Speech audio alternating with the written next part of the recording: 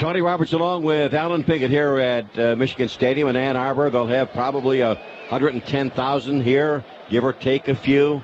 You can't get a ticket for this game, and it's a big one early on in the season. Both teams having won their season openers, and perhaps two of the greatest, arguably, the greatest traditions in college football, and certainly the two winningest teams in college football all time. Michigan has a slight edge over Notre Dame. The Irish trying to play some catch-up. Now Michigan caught Notre Dame a couple of years back in the last decade, and they've passed Notre Dame, but the Irish will be back here with Charlie Weiss, and we'll see how Charlie does in game number 2 of his career. Quickly, our starting lineups for the Irish is going to be Stovall, McKnight at the wideouts, Fasano's the tight end, Harris on the ball, the tackle, Santucci, Stevenson, the guards, Morton or Sullivan at center, Brady Quinn, of course, the quarterback, Rashawn Powers, Neil Darius Walker. That's their lineup for the Michigan Wolverines. Breston Avant, the wideouts, Tim Massaquoi, the tight end, Stanovich and Kaloji are the tackles. Hedage and Matt Lentz are the guards. Cross is the center. Henney at quarterback. Brian Thompson and Mike Hart are the running backs. And now to honor those who lost everything in Hurricane Katrina. And, of course, tomorrow, 9/11, our national anthem.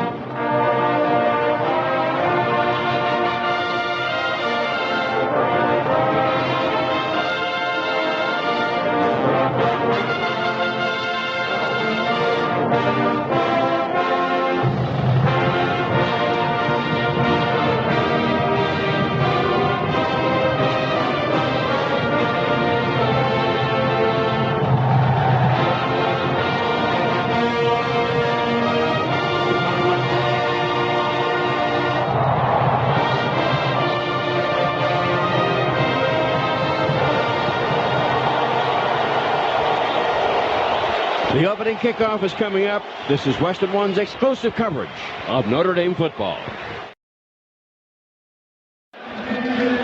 Tony Roberts along with Alan Pickett. Notre Dame has added a third captain for this game. They have Brady Quinn, of course, the captain of the offense. Brandon Hoyt will represent the defense. And Casey Dunn is the young man who is the captain for the Fighting Irish of Notre Dame, and he did such an outstanding job as on special teams last week against Pittsburgh that he has been made a captain for this game. Matter of fact, he's done such an outstanding job, he was one of the 3 players, one of the walk-ons who was awarded the scholarship.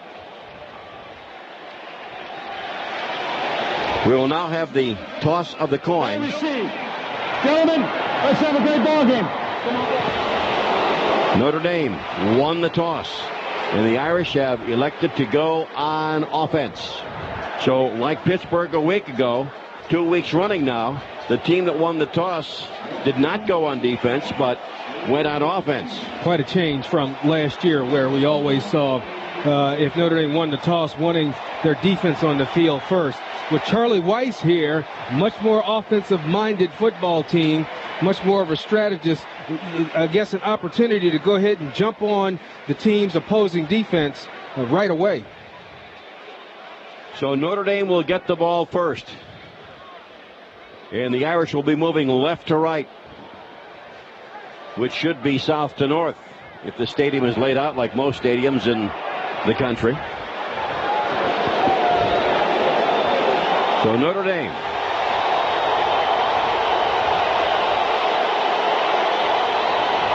in the we'll call them sort of a light mustard color gold pants with the white jerseys and the either navy blue or black numerals, the golden helmets, of course. Freshly painted golden helmets. Freshly painted golden helmets. And the maize and blue of Michigan. Off to our right as they are set to kick off. And it'll be Garrett Rivas, the junior from Tampa, Florida. Check that, make it Ross Ryan will be kicking off. He's a senior out of Franklin, Michigan. Kicks the ball down toward the goal line and is taken about 2 yards deep. Brought outside the hash mark to the 10, to the 15. Up past the 20 to about the 23 or 24 yard line. And it'll be first down and 10 for the Irish. Justin Hoskins. And so Notre Dame will take over very close to the 25. Check that. Very close to the 25. Make it the 24-yard line in the first offensive series. I think it's always a plus. If you're going to catch the ball in the end zone, you have to get it out past the 20-yard line. It's a wasted effort if you don't get it to the 20. This time, 24, and just comfortable starting field position. About a 26-yard return by Justin Hoskins. The Irish open up, empty backfield, 3 wide to the right, 2 out to the left. Quinn back to throw, fires the pass. Pass is caught at about the 30-yard line. Making the catch is Maurice Stovall, the senior out of Philadelphia, Pennsylvania. If Stovall is going to approach what many thought would be a great career, this is the last opportunity for him to do so. He gets 5-6 yards on the play. It'll be 2nd down and 4 to go from the 30-yard line. Michigan opening in cover 2. So they've got press coverage. That time Maurice able to get across field, beat his man, but the safety sitting in the post make the hit. Hand off to Walker off the right side, 30, past the 35, got the first down, out of bounds at about the 37-yard line. And Notre Dame has gone no huddle. Yeah, and that's just the New England playbook. Just coming right back at you, mix it up. They don't give the defense a chance to really substitute with the no huddle. And Notre Dame has flexibility where the tight ends can stay in and block. They don't have to bring in extra receivers, and Darius can go out wide as a wide receiver. Michigan has changed from the 3-4 to the 4-3. Van Alstyne, Massey, Watson, and Woodley are the 4-down linemen. Handoff on the draw. Can't go inside. Walker outside. Gets a block from Samardzija. Turns the corner upfield at about the 45-yard line. Good job by Jeff Samardzija in the right flat, putting a block to give him 15 yards on the play. And that's going to put Darius Walker over the 1,000-yard mark in his young career at Notre Dame. Well, I mean, if he stays all 4 years, he should own every rushing record that this school has. Outstanding running back. Going to be even better this year than he was last year. And he only played part-time last year, ends up with 786 yards. 2nd down, a yard to go. He picks up 9 on the play. 15 for the game. Hand off to Walker, right side, off right tackle. And he charges up to very close to the 50-yard line. Notre Dame has the first down. He was responsible for at least 3 of Notre Dame's first downs last week. He now has 3 carries for 20 yards. And Notre Dame, with their 33 first downs, that's the most they've ever had in the game since 1977 against Georgia Tech. So Quinn looking at his wristband. The first 20 plays are scripted by Charlie Weiss. They run those 20 and then they take it from there. Slot left, flanker right. Walker the tailback. Handoff goes to nobody. Play action fake. Throw wide open Samardzija. And the throw by Quinn was high. And if Samardzija makes that catch, he's got the Michigan defender trailing, chasing him down the left sideline. We're talking about Grant Mason. Grant Mason is the individual that Michigan has put in to take the place of Marlon Jackson. Big shoes to fill, and that time was clearly beaten by Jeff Samardzija. Samardzija makes the catch. He's still running.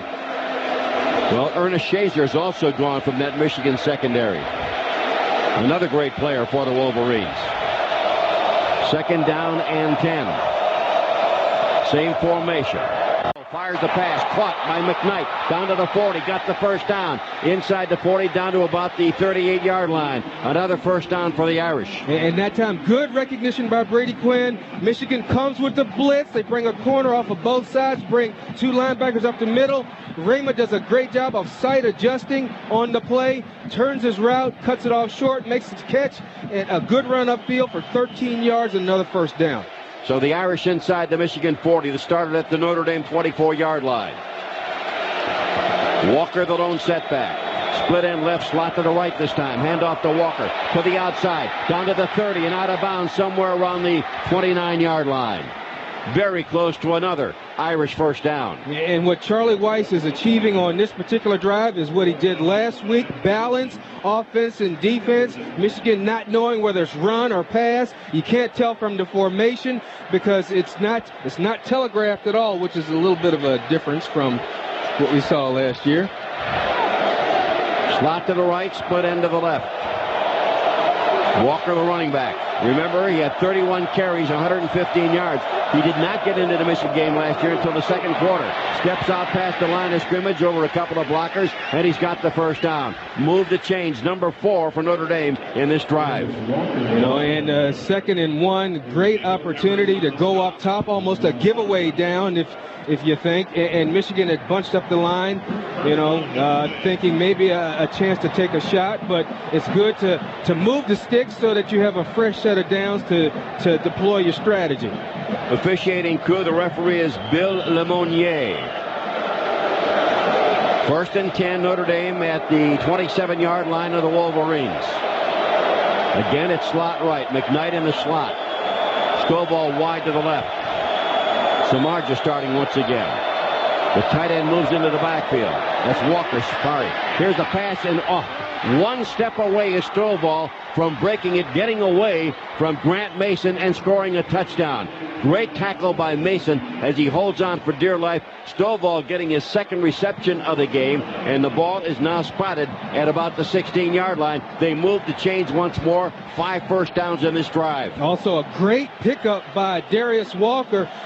Michigan coming with the blitz, with the safety off the corner, gives Brady enough time to hit Maurice Stovall in stride. 10th play in this drive, which began at the Irish 24. Short drop, quick throw. Walker far side at the 10.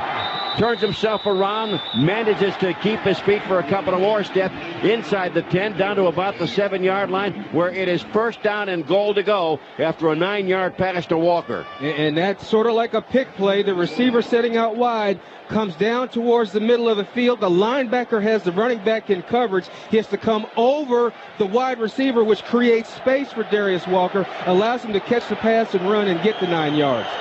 2nd and a yard to go for a first down.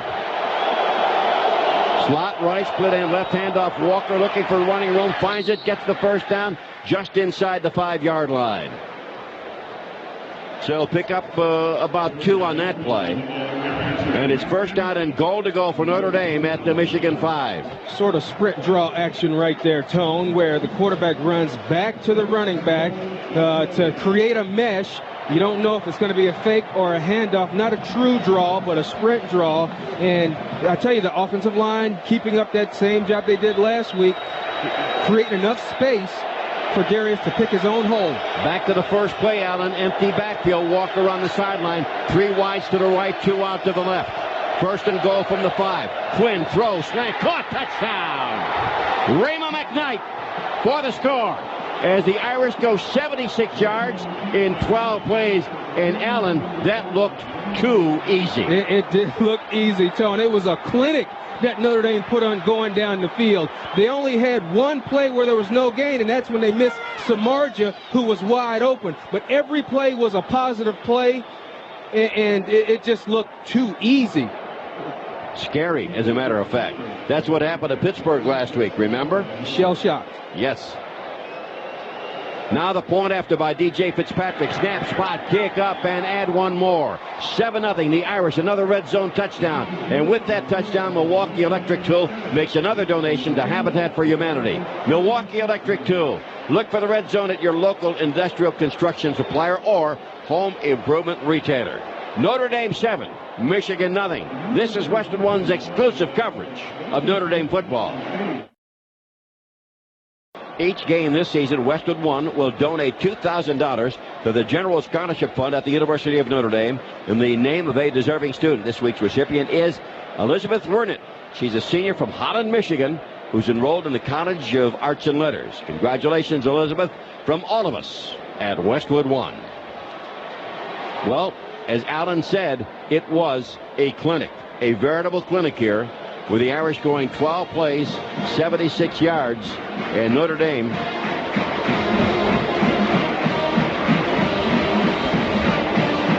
had no third down plays in that drive. That's pretty efficient. Quinn 4 to 5 for 35 yards in the touchdown, and Walker 31 yards and 6 carries. To one thing that you can take note of, the leading receiver from last week, Anthony Fasano, didn't even catch a pass. Ball, right. You know, Rashawn Powers-Neal wasn't even in the game. You know, so there's a lot more weapons that can be used. You know, but just the execution by the offensive line and by Brady Quinn managing the offense and spreading it around everybody, really made Michigan look like they were confused, and they almost looked slow. Mason on the near side and Breston on the far. And Breston, a young man who can take it to the other end of the field anytime he puts his hands on the ball. Well, I know, talking to some of the Notre Dame powers, that if Breston gets a ball in his hand on a kick or a punt, then that's a mistake. Breston, 28 kickoff returns last year, a Michigan record.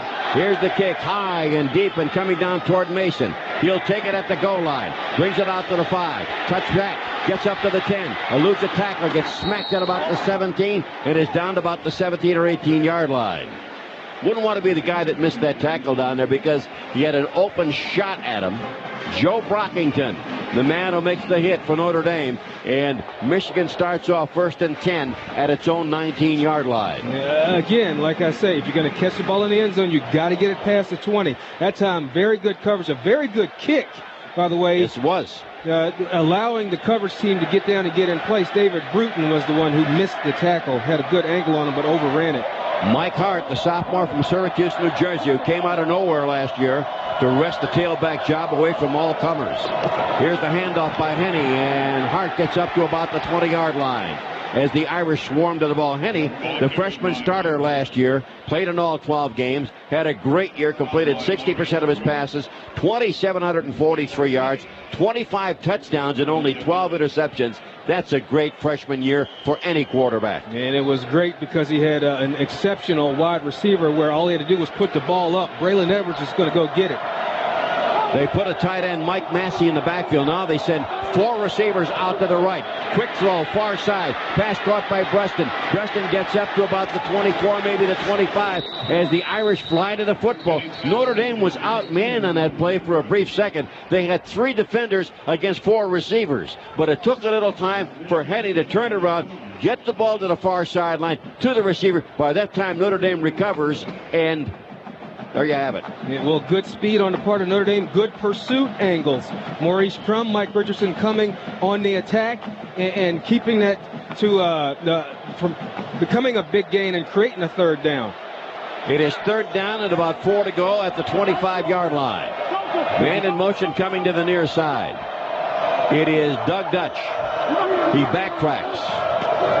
Here's Henne back to throw, sets up, has the time, fires the pass, got his man out of the backfield. It's Dutch, and Dutch has the 1st down as he charges up to the far sideline and is knocked out of bounds in front of the Notre Dame bench at about the 37 to 38-yard line. Later on, we're going to tell you about today's best catch, the grip of the game, brought to you by Channel Lock Pliers. Good play Get a grip. By Michigan, stretching out the field. They run everybody, clear them out. They bring Doug Dutch underneath, and that zone is wide open, and he's able to catch the ball and keep the drive going for Michigan. Abia Mary, Laws, Landry, and Fromm, the 4-down linemen.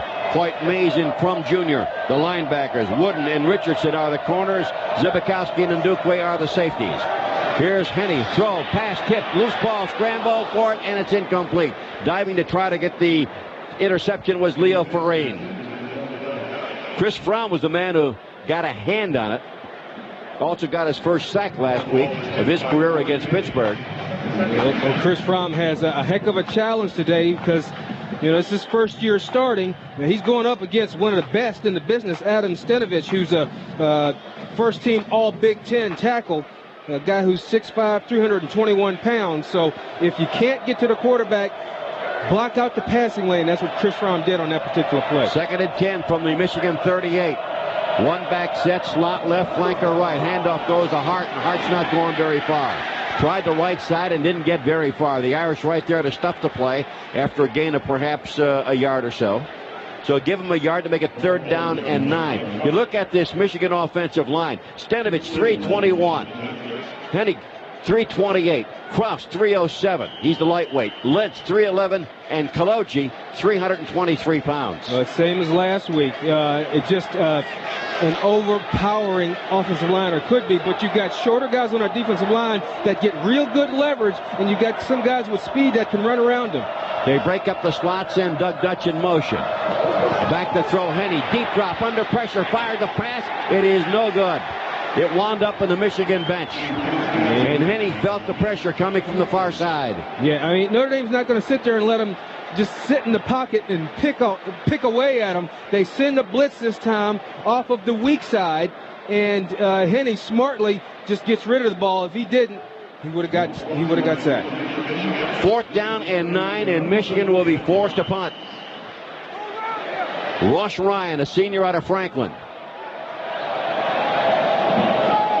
Grimes is the man who is deep. And the boot. High punt. Coming off down the far side. Will bounce again, and goes out of bounds somewhere around the 21 or 22-yard line. And the Irish have the ball as well as the lead. A 39-yard punt, no return. Notre Dame 7, Michigan nothing. This is Western One's exclusive coverage of Notre Dame football.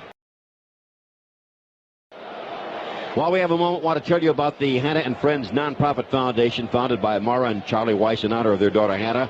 Hannah and Friends is dedicated to improving the lives of children and young adults affected by autism and global delays. We encourage the Irish faithful to go to www.hannahandfriends.org and show their support today. Together, we can make a difference. Well, Brady Quinn went 4 out of 5 with a 5-yard touchdown pass to cap a 76-yard drive, coming off the best statistical sophomore season in Notre Dame history. This is his 23rd consecutive start. He has 28 touchdowns, make that 29 touchdowns, and 26 interceptions in his career. Well, and besides that, he looks very comfortable back there running this offense. He's getting plenty of time to throw. He is going through his progressions, making the right read. He's delivering the ball with confidence, and he's getting results from the athletes he has on his side of the football. Last year, the game against Michigan, he went 10 out of 20, 178 yards, 2 touchdowns, a 46-yarder to Shelton, an 8-yarder to Rashawn Powers-Neal.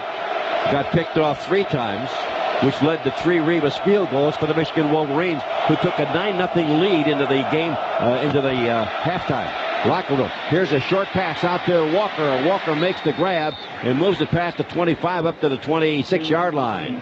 So Darius, who tied Rashawn Powers-Neal last year, they were the 2 backs that were the only 2 backs who were in double digits with 10 receptions apiece. But I think they'll have a lot more than that if they stay healthy at the end of the season this year. Well, pleasant surprise to Charlie Weiss and the offensive staff was the fact that Darius Walker had good hands, ran good routes, was going to be effective in the passing game, which is so vital to a Charlie Weiss attack. Slot left, got a wide out to the right. Quinn looking right. There's Fasano's first catch, and he makes it. It's good for a first down. So Fasano makes the grab, and he gets upended immediately by the left corner on the play, Grant Mason. Anthony Fasano was the leading receiver with 4 catches last week against the Pittsburgh Panthers. And I tell you, the play by design is nice because they flood the zone where there's 2 defenders to cover 3 people. And Brady Quinn just threads the needle. Fasano runs a quick out. Samardzia's running a streak up the side. And Darius Walker's coming up the seam. Samardzija flanked right, slot to the left, hand play action fake to Walker. Quinn steps up, looks, fires the pass, and pass is incomplete. Couldn't find anybody open, so he got rid of the ball. But there were 2 men on the far side of the field.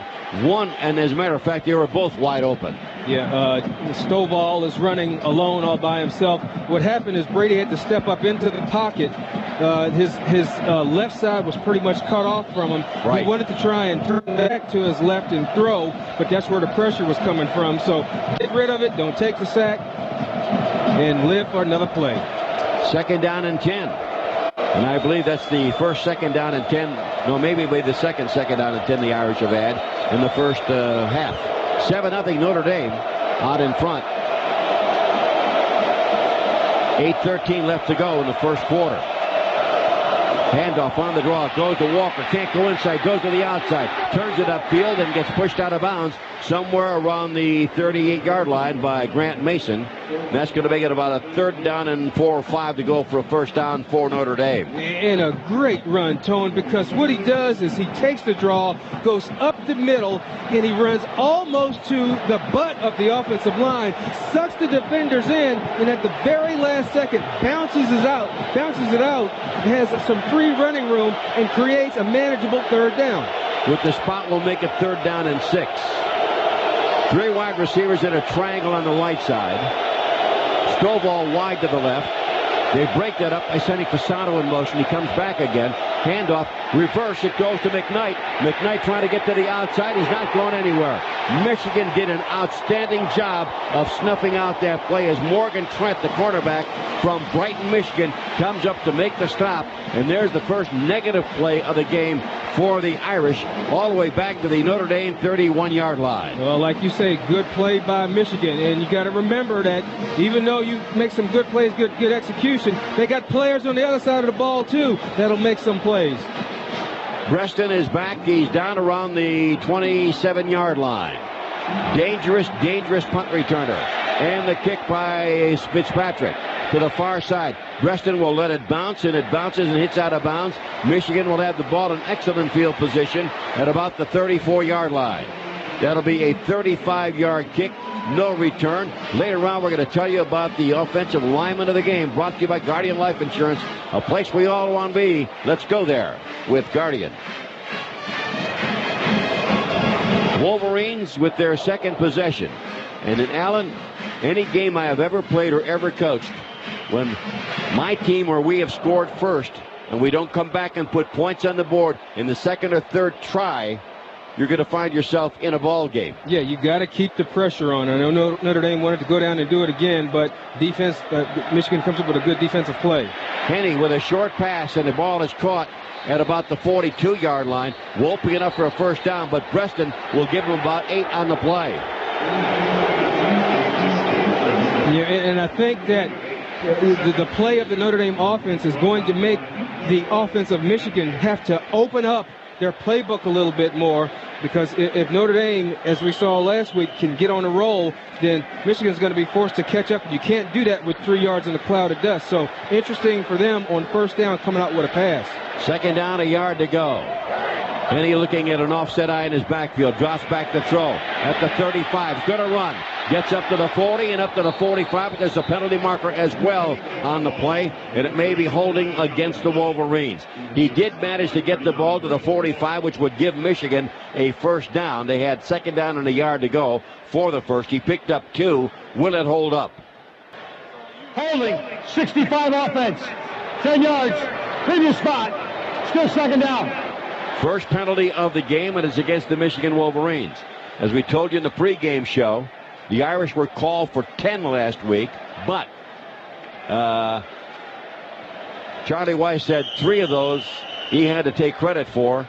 So the team got 7, Charlie got 3. Henny was the man who was called. The fifth-year senior, offensive left guard. Henny again. Pass knocked down.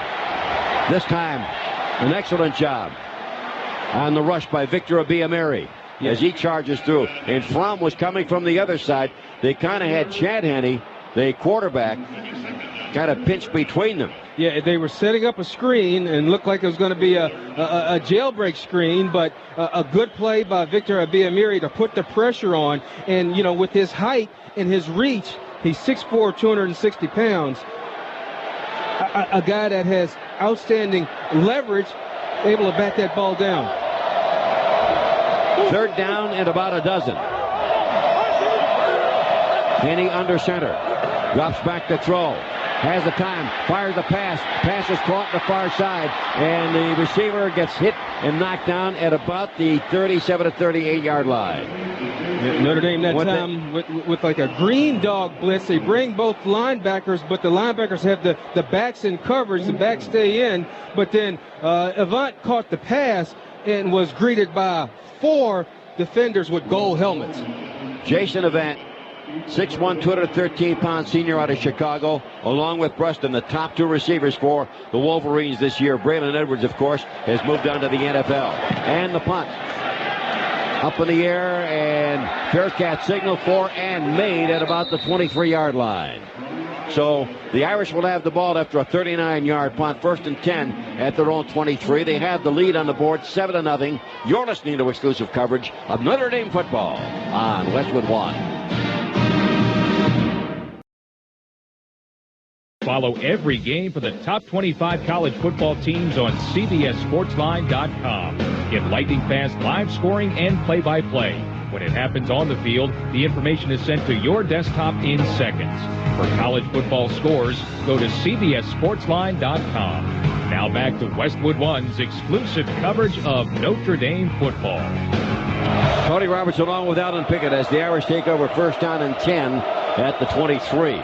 Notre Dame has run 17 of the 20 scripted plays, Alan. We're down to 3. Right. And then we'll see what happens. Right, and they've changed the formation now, more of a basic formation. Right. You have a fullback in the game now, and you got 2 wide receivers. Asaph Schwab, who is a freshman fullback, Tony, comes into this school bench pressing 455 pounds. That's lifting the whole building. Hand off to Schwab, and Schwab powers ahead as he drives past the 25 up to about the 26 or 27. Had a couple of carries last week for 6 yards. Young man is just a true freshman. And when you put Schwab in there and you put Rashawn Powers-Neal, you got 488 pounds of thunder. Yeah, you got a heavy backfield that's designed to just bruise the defense. Well, he bruised him for 4 in that first carry, second down and 6. Walker back in at tailback. Play action fake to Walker. Over the middle, pass to Walker beyond the line of scrimmage. He's got the catch, and I believe he's got the first down. That's his second catch of the game. And a well-conceived play because you've got the fullback coming out to the flat. You've got the wide receiver running out. And Darius, after the fake, just sits right down about 5 yards deep. The linebackers have drifted off into coverage. He can just catch the ball and easily turn around and get the first down. McKnight comes out and Samardzija back in. Stovall comes out to the near side. Samardzija goes out to the far. Offset eye with the fullback Schwab off to the right. Walker, the tailback, the tight end is on the left. Schwab starts in motion left. He's followed by Walker. Walker turns the corner, gets it upfield, and goes out of bounds somewhere around the 38 or 39-yard line. And a good block by the 250-pound freshman from Hartford, Connecticut. No, you don't want to have him hit you. No, he goes around the corner, Tone. And first, it started with a great block by Anthony Fasano to seal the corner that gave Darius the ability to go around. But Schwab, he's looking for somebody to hit. He's looking for one of those, what is it, maize or blue or a different color jersey, and he's hunting them up. And as a tailback running behind that is such a luxury. You just run with so much more confidence when you know you got a guy who's looking for somebody to hit. First time we've seen split backs, play action fake. Here's Quinn looking, going long down to Samardzija, and Samardzija kind of held up on his route. He was going streaking down on a post, and all of a sudden he slowed down, held up on the route, and the pass was overthrown. That's twice now. The pass intended for Samardzija has sailed over his head, and I'm not sure that Brady Quinn was at fault on that one. Yeah, it may have zigged when he should have zagged type of deal. You know, when you run those posts, you got to be careful because you run down the hash and you have to take the proper angle. You know, you have to almost run a skinny post so that the quarterback can lead you away from the defense. Rashawn Powers-Neal has replaced Walker at tailback. Stovall to the left, Samardzija flank to the right. Play action fake. Quinn looks. Runs to the right, he's going to run the ball, gets to the 40, to the 45, he's got the first down to the 46-yard line. But there's also a penalty marker on the play. You know, that's an added dimension that Brady brings to the offense now is his ability to scramble when he was told not to run the ball before, but this play, unfortunately, is going to come back for holding.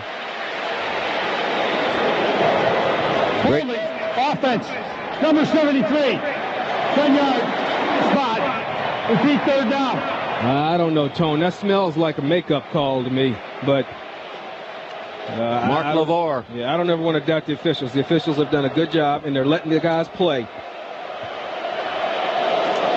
So Brady Quinn, first down run nullified, and Notre Dame looking at third down and long with the ball at the Irish 29-yard line now. Stovall to the far side.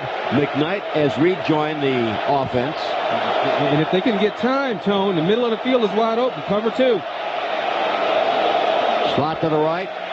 Quick throw. Nope. Quinn looking to the right, firing the pass near side, and it's incomplete.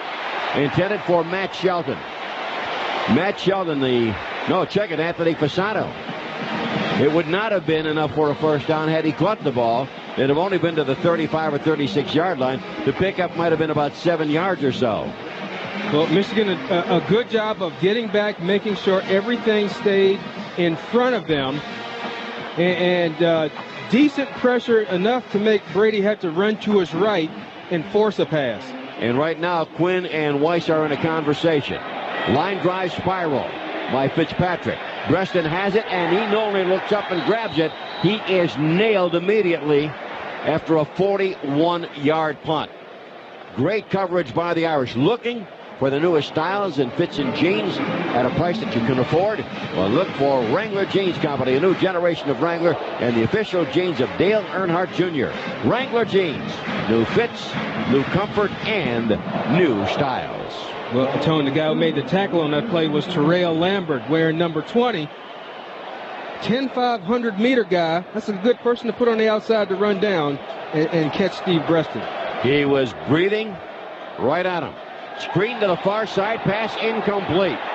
And a great job over on the far side defensively by the Irish as their defender. And that was Mike Richardson, I believe. Either Richardson or Brian Bidach had two men blocking him out. It was Bidach, and he still managed to plug it up. Well, it elicited some boos from the fans because they thought he was held up, but the timing on the screen was off to begin with. There was no hesitation, and if the guy's running out on the route, you've got a 5-yard barrier there where you can initiate contact. You just can't hold him. Chad Henne, 3 for 7, 28 yards. Split backs. Got a flanker left, a split end out to the right. Second down and 10, back to throw, fires over the middle, got his man, the tight end, and the grab is made by Tyler Ecker. And he takes it up to the 45-yard line. So Ecker, a senior out of El Dorado Hills, California, he's 6'6", 251 pounds, an imposing target, comes up for the first down. He's a big body to hit, and that's why I like the tight ends in an offense. You know, they move the chains, and they're a big target. 16-yard pickup. Here's the quick toss near side. Hart trying to break free, and he gets level. Oh, he got hit by Maurice Crum Jr. and by Corey Mays, and he just got level. But Crum, 220-pound sophomore to Riverside, Florida, just smacked him one and knocked him over. I don't mean to laugh, Tone, but as a running back, one of the things you don't do is when you run into the outside and you go airborne to try to jump over somebody, you lose speed. It gives the defense time to make up the distance that they lost, and they just crushed him. Henne to throw. Sends it out to the near side. Pass is caught. Nice grab by Doug Dutch. His second of the game. Takes it up to the 50-yard line. It'll be a gain of about 3.5 yards and set up a third down and still about 6 to go for the Michigan Wolverines at midfield. Well, Henne did a good job of scanning the entire field. He was looking to his right and then just came all the way back to his left. A dangerous pass. One Notre Dame defender almost had a shot at it, but a good grab by Doug Dutch to go up and get the ball and get some positive yards out of it. Michigan 1 for 3 on third down. Fullback starts in motion was Avant. 3 wide receivers to the right. Henne back to throw. Looks, pump fakes, looks under pressure, sacked. He is sacked at about the 46-yard line. Rack one up for Notre Dame, and you can rack that one up for Brian Bidach, the senior out of Milwaukee, Wisconsin. Well, you know, Brian Bidach is not a starter, but he provides excellent depth on that defensive line and an opportunity for Notre Dame to have a nice rotation so that everybody stays fresh, so somebody's always ready to go get the quarterback. And according to my stats, that's the first career sack for Brian Bidach. 4th down and 9 to go. Zibikowski's the man who's deep. Here's the punt, high, and it will hit at about the 22. Takes a big bounce, continues to roll, goes all the way into the end zone. Well, Michigan gambled on the bounce, but I didn't think they were going to think it was going to bounce that hard or that quickly toward the end zone. A 54-yard punt. So Notre Dame has the ball and the lead. The Irish with the ball at the 20-yard line as we check the Sylvania College football scoreboard. Brought to you by Sylvania. See the world in a new light. Penn State out in front of Cincinnati 7-0. It's Wisconsin 10, Temple nothing. Duke trails West Virginia, make that Virginia Tech 7-0. 7-3. Maryland trailing Clemson. and no score Oklahoma and Tulsa. Most of those games are in the first quarter of play. First down and 10 for the Irish. Quinn to throw, has the time, fires the pass wide of the mark, and again he misses Maurice Stovall. Michigan playing zone on that play, and the reason he misses Stovall runs like a 16-yard in. If it's man coverage, he brings that in all the way across the field. If it's zone, he's supposed to sit in a spot, and the quarterback is trained to throw to that open spot. Maurice Stovall sort of overran the spot, and the ball was delivered in the spot where he should have been. 3 wide receivers right. Stovall out to the left. Fasano starts in motion to the far side. Handoff goes to Walker. Walker trying to turn the corner, not going to get anywhere.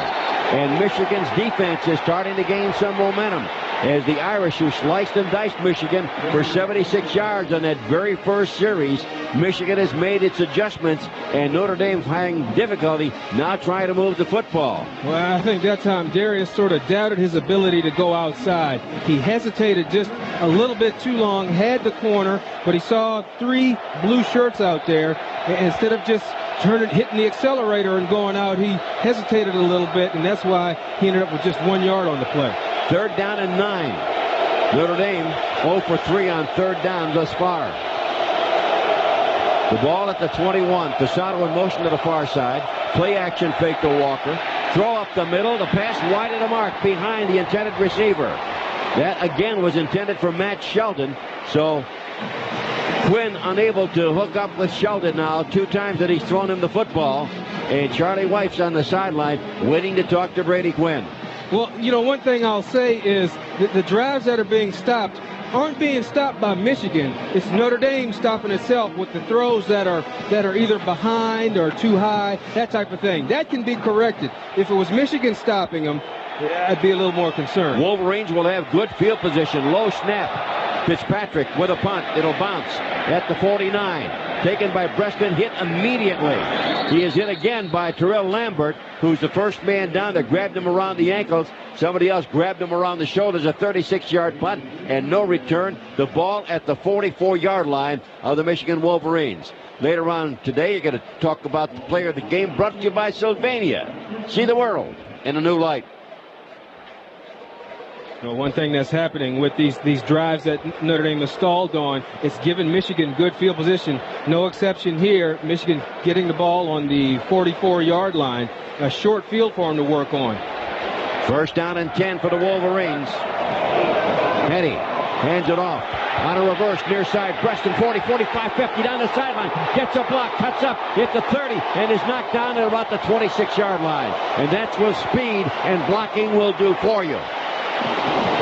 30-yard pickup. Finally, Maurice Crum, the linebacker, making the tackle on the play. And a nice boost for Michigan, who had been struggling offensively, to reel off a big play. Notre Dame takes the bait.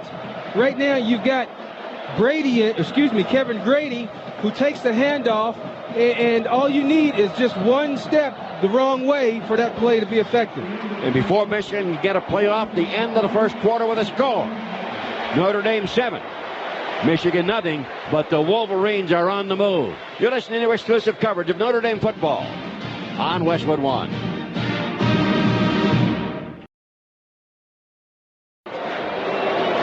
Tony Roberts along with Alan Pinkett here at Michigan Stadium. And all of a sudden, the Irish find themselves having lost their offensive push, and they are now playing defense, trying to protect the 7-0 lead. Yeah, and Michigan with a full head of steam after a very effective reverse by Steve Breston. And they're down just outside the red zone on about the 26-yard line. And this is an area where you have to look at Jason Avant, a guy who is going to be matched up against Ambrose Wooden. I look for Michigan to try and isolate on him. 1st down and 10 at the 26. Henny pump fakes, looks, throwing long down the far side. Got a man open. Was it a catch? No. Intended for Breston, I believe, down to the goal line, and just couldn't come up with a catch. Looking over his shoulder. Yeah, and that was a play they were working on in the pregame. sitting at about the 30, quarterback throwing the ball from about the 35, just putting it up in the air and letting the receiver run down.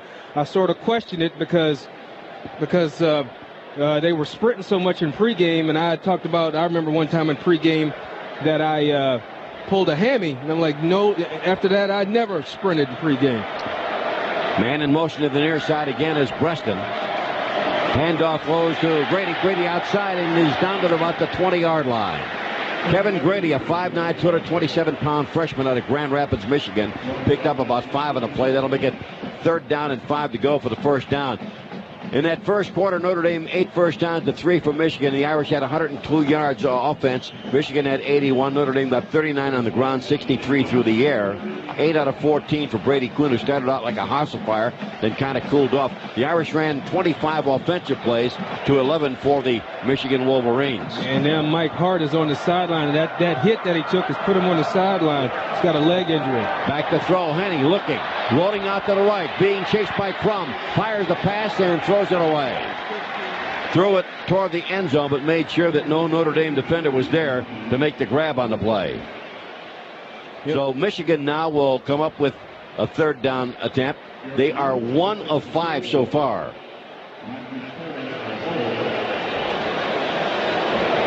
Make that 4th down. Sorry about that. They're putting ice on the Hart hamstring right now. And here's Rivas, 38-yard field goal. He made 3 field goals last year against Notre Dame. Here's the kick, high enough, long enough, and it is good. So in 2 games, he is now 4 for 4 against the Irish. He puts Michigan on the board with a 38-yard field goal. The Wolverines trail by 4. This is Western One's exclusive coverage of Notre Dame football. Cody Roberts along with Alan Pinkett. As I said a year ago, Rivas had 3 field goals against Notre Dame, and when the Irish went into the locker room at the half, they found themselves in arrears by a score of 9-0. He adds a 38-yard field goal. He is 3 out of 4 so far on the year, and he's got a career percentage now of about 78. He's made 31 out of 40 field goal attempts. His career long 47, so he's got a good leg. But I think more importantly, with Michigan with that head of steam, made a big play to get down just outside the red zone. If you can come away with that with just a field goal, that's a win for your defense. That 47-yarder, by the way, was at the expense of the Irish last year. That career long for Rivas. He's kicked 2 38-yarders this year, one last week against Northern Illinois and one this afternoon. Hoskins and Harris are the men who are deep for the Irish. And the boot high and deep, and forget it. It's grabbed out there by Hoskins, and he will not take it back. They'll take it out at the 20-yard line. And wherever Notre Dame lost its mojo, I hope they find it, because offensive mojo, I should say, because they could use it right now. Well, yeah, and I think what's happened is Brady Quinn is just a little off with his throws. There were 2 throws that were behind. There was 1 throw that was high. It may be a technique thing. It may be, you get in a big game, you get a little more excited. The first drive, he was perfect. So it's just maybe a matter of taking a deep breath and going through your progressions and just letting it happen. He's completed 1 pass in his last 6. Hands it off to Walker. Walker trying to get to the outside, cannot. Excellent defense by Lamar Woodley, the defensive right end, the 270-pound, 4-pound junior from Saginaw, Michigan. And he is their top returning tackler on this football team. The papers here in Michigan talked about if Michigan was going to have success defensively, they were going to need a big game from Lamar Woodley. You knew that Michigan's defense would come up with a big game after all the criticism they took in that victory over Northern Illinois last week. Yeah, and let's face it, it's Northern Illinois, so they were cruising. 2nd down and 11. Blitz coming. Quinn going to get sacked. First time this year he has been sacked. And Dave Harris comes up with a sack. Dave Harris, the 6'2", 251-pound senior out of Grand Rapids, Michigan, barreling in from the left side. And that was the full house blitz. And I think what may have happened there, Brady decided to go ahead and eat it because none of the receivers broke off their routes. They just had too many guys coming for the number of people that were blitzing. And for Dave Harris, his first career sack. And now Michigan with Notre Dame in retreat here with 3rd down and about 17 to go for a first down. The big house has become a house of noise. They probably will blitz again. Quinn rolls to the right, looking to throw. Fires the pass. It's caught by Samardzija, and he's got the first down. Samardzija knew exactly where he had to go. They had to get to the 30. Samardzija with his first catch makes the grab at the 31 and steps out of bounds. Well, in that time, Brady did a good job of buying himself time, gets outside the pocket, still has good protection, and Samardzija does a good job of pushing his man up beyond the sticks and then is able to turn back, and Brady delivers a nice throw. That one good for 18 yards. So Quinn gives Notre Dame a first down and 10, and that quiets the crowd somewhat here at Michigan Stadium. The ball at the 31-yard line. I-tandem, handoff to Walker. Up the middle, puts his head down. Not going to get much against that Michigan defense. Maybe a couple of yards, perhaps as far as the 33, maybe the 34. Today's broadcast of Notre Dame football at Westwood One, brought to you by Coke, the official soft drink of the Fighting Irish. Coca-Cola. Make it real. You know, Michigan getting pretty firm up there with that front line. There was talk about not starting Gabe Watson, who's a preseason All-American, because, you know, Coach Carr didn't feel like he had that good of a game. But he's in there now at 6'4", 331 pounds, designed to stop the run. 2nd down and 7. Slot to the right. Play action fake. Screen to the near side. Fasano gets great open field tackle made on Fasano. He breaks that tackle. He is on his way, but an outstanding job by Prescott Burgess, the 243-pound junior linebacker out of Warren, Ohio. And that was an excellent play, because if he misses it, Fasano's got like 12 yards of free room to run. The screen was set up well. And Prescott Burgess is a success story because he took over for a longtime starter, Pierre Woods. That one, they lost 6 yards on, Tone, so it brings up another third down and long situation. Out to the right side, Samardzija. Coming out to the near side, Stovall and McKnight. Running back Walker offset to the right because Quinn will go back to the shotgun. Takes the snap, looks to throw, swings it out. Walker's got it, but we've got a whistle on the play. And this thing was thrown from the defensive secondary by, what is that, the umpire? The field guy. Ryan Harris was having his way at that time with Rondell Biggs. Delay game, offense. Sergeant number 10. 5-yard penalty. Still 3rd down. Clock operator, please reset the game clock. That's a mistake on Brady's part. You know, you got a checklist of things to go through, and the clock is one of them. You know, and that's a situation where if you have to, just go ahead and call the timeout. Ball is pushed back to the 22-yard line, and Notre Dame looking at another 3rd and long. Something they're not accustomed to. 3rd down and 19. Quinn under pressure, rolling out to the right. Penalty mark. There's going to be a holding call on the Irish. Quinn is going to run it out of bounds. Gets hit by the defender. Coming over on the far side to make the hit was Morgan Trent. And they'll probably decline this penalty.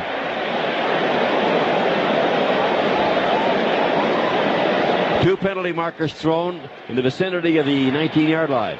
Holding, offense, number 78. The penalties decline. 4th down. John Sullivan caught this time with a hold. And once again, Fitzpatrick will be forced to punt. Well, John Sullivan started last year at center, but now is platooning with Bob Morton. And Charlie Weiss feels like, you know, Bob Morton has earned the job, but he can keep that nice, fresh rotation with John Sullivan and Bob Morton alternating at center, and then scooting Bob Morton over to guard. He has real good interior linemen. 4th down and 12, and Fitzpatrick punts the ball. Sends it upfield. Breston will take it at the 35. Cuts to the right. Eludes a tackler. Spins out of another, but then gets hit. He gets knocked down at the 40-yard line. A 36-yard punt, and that ball will be spotted at the 40-yard line. Our score is 7-3. It's Notre Dame out in front, but the Wolverines have the momentum right now. This is Westwood One's exclusive coverage of Notre Dame football. Tony Roberts along with Alan Piggott here at Michigan Stadium, where the score is 7-3. And again, Michigan is really gaining field position on each exchange. Last time they took over at the 44, their drive got stopped, but Rivas gets a 38-yard field goal. Now they start at the Michigan 41. A little more than half the field now just for the Michigan Wolverines, and their offense is finally awakened a little bit. Their defense is playing very well, and right now everything is in their favor.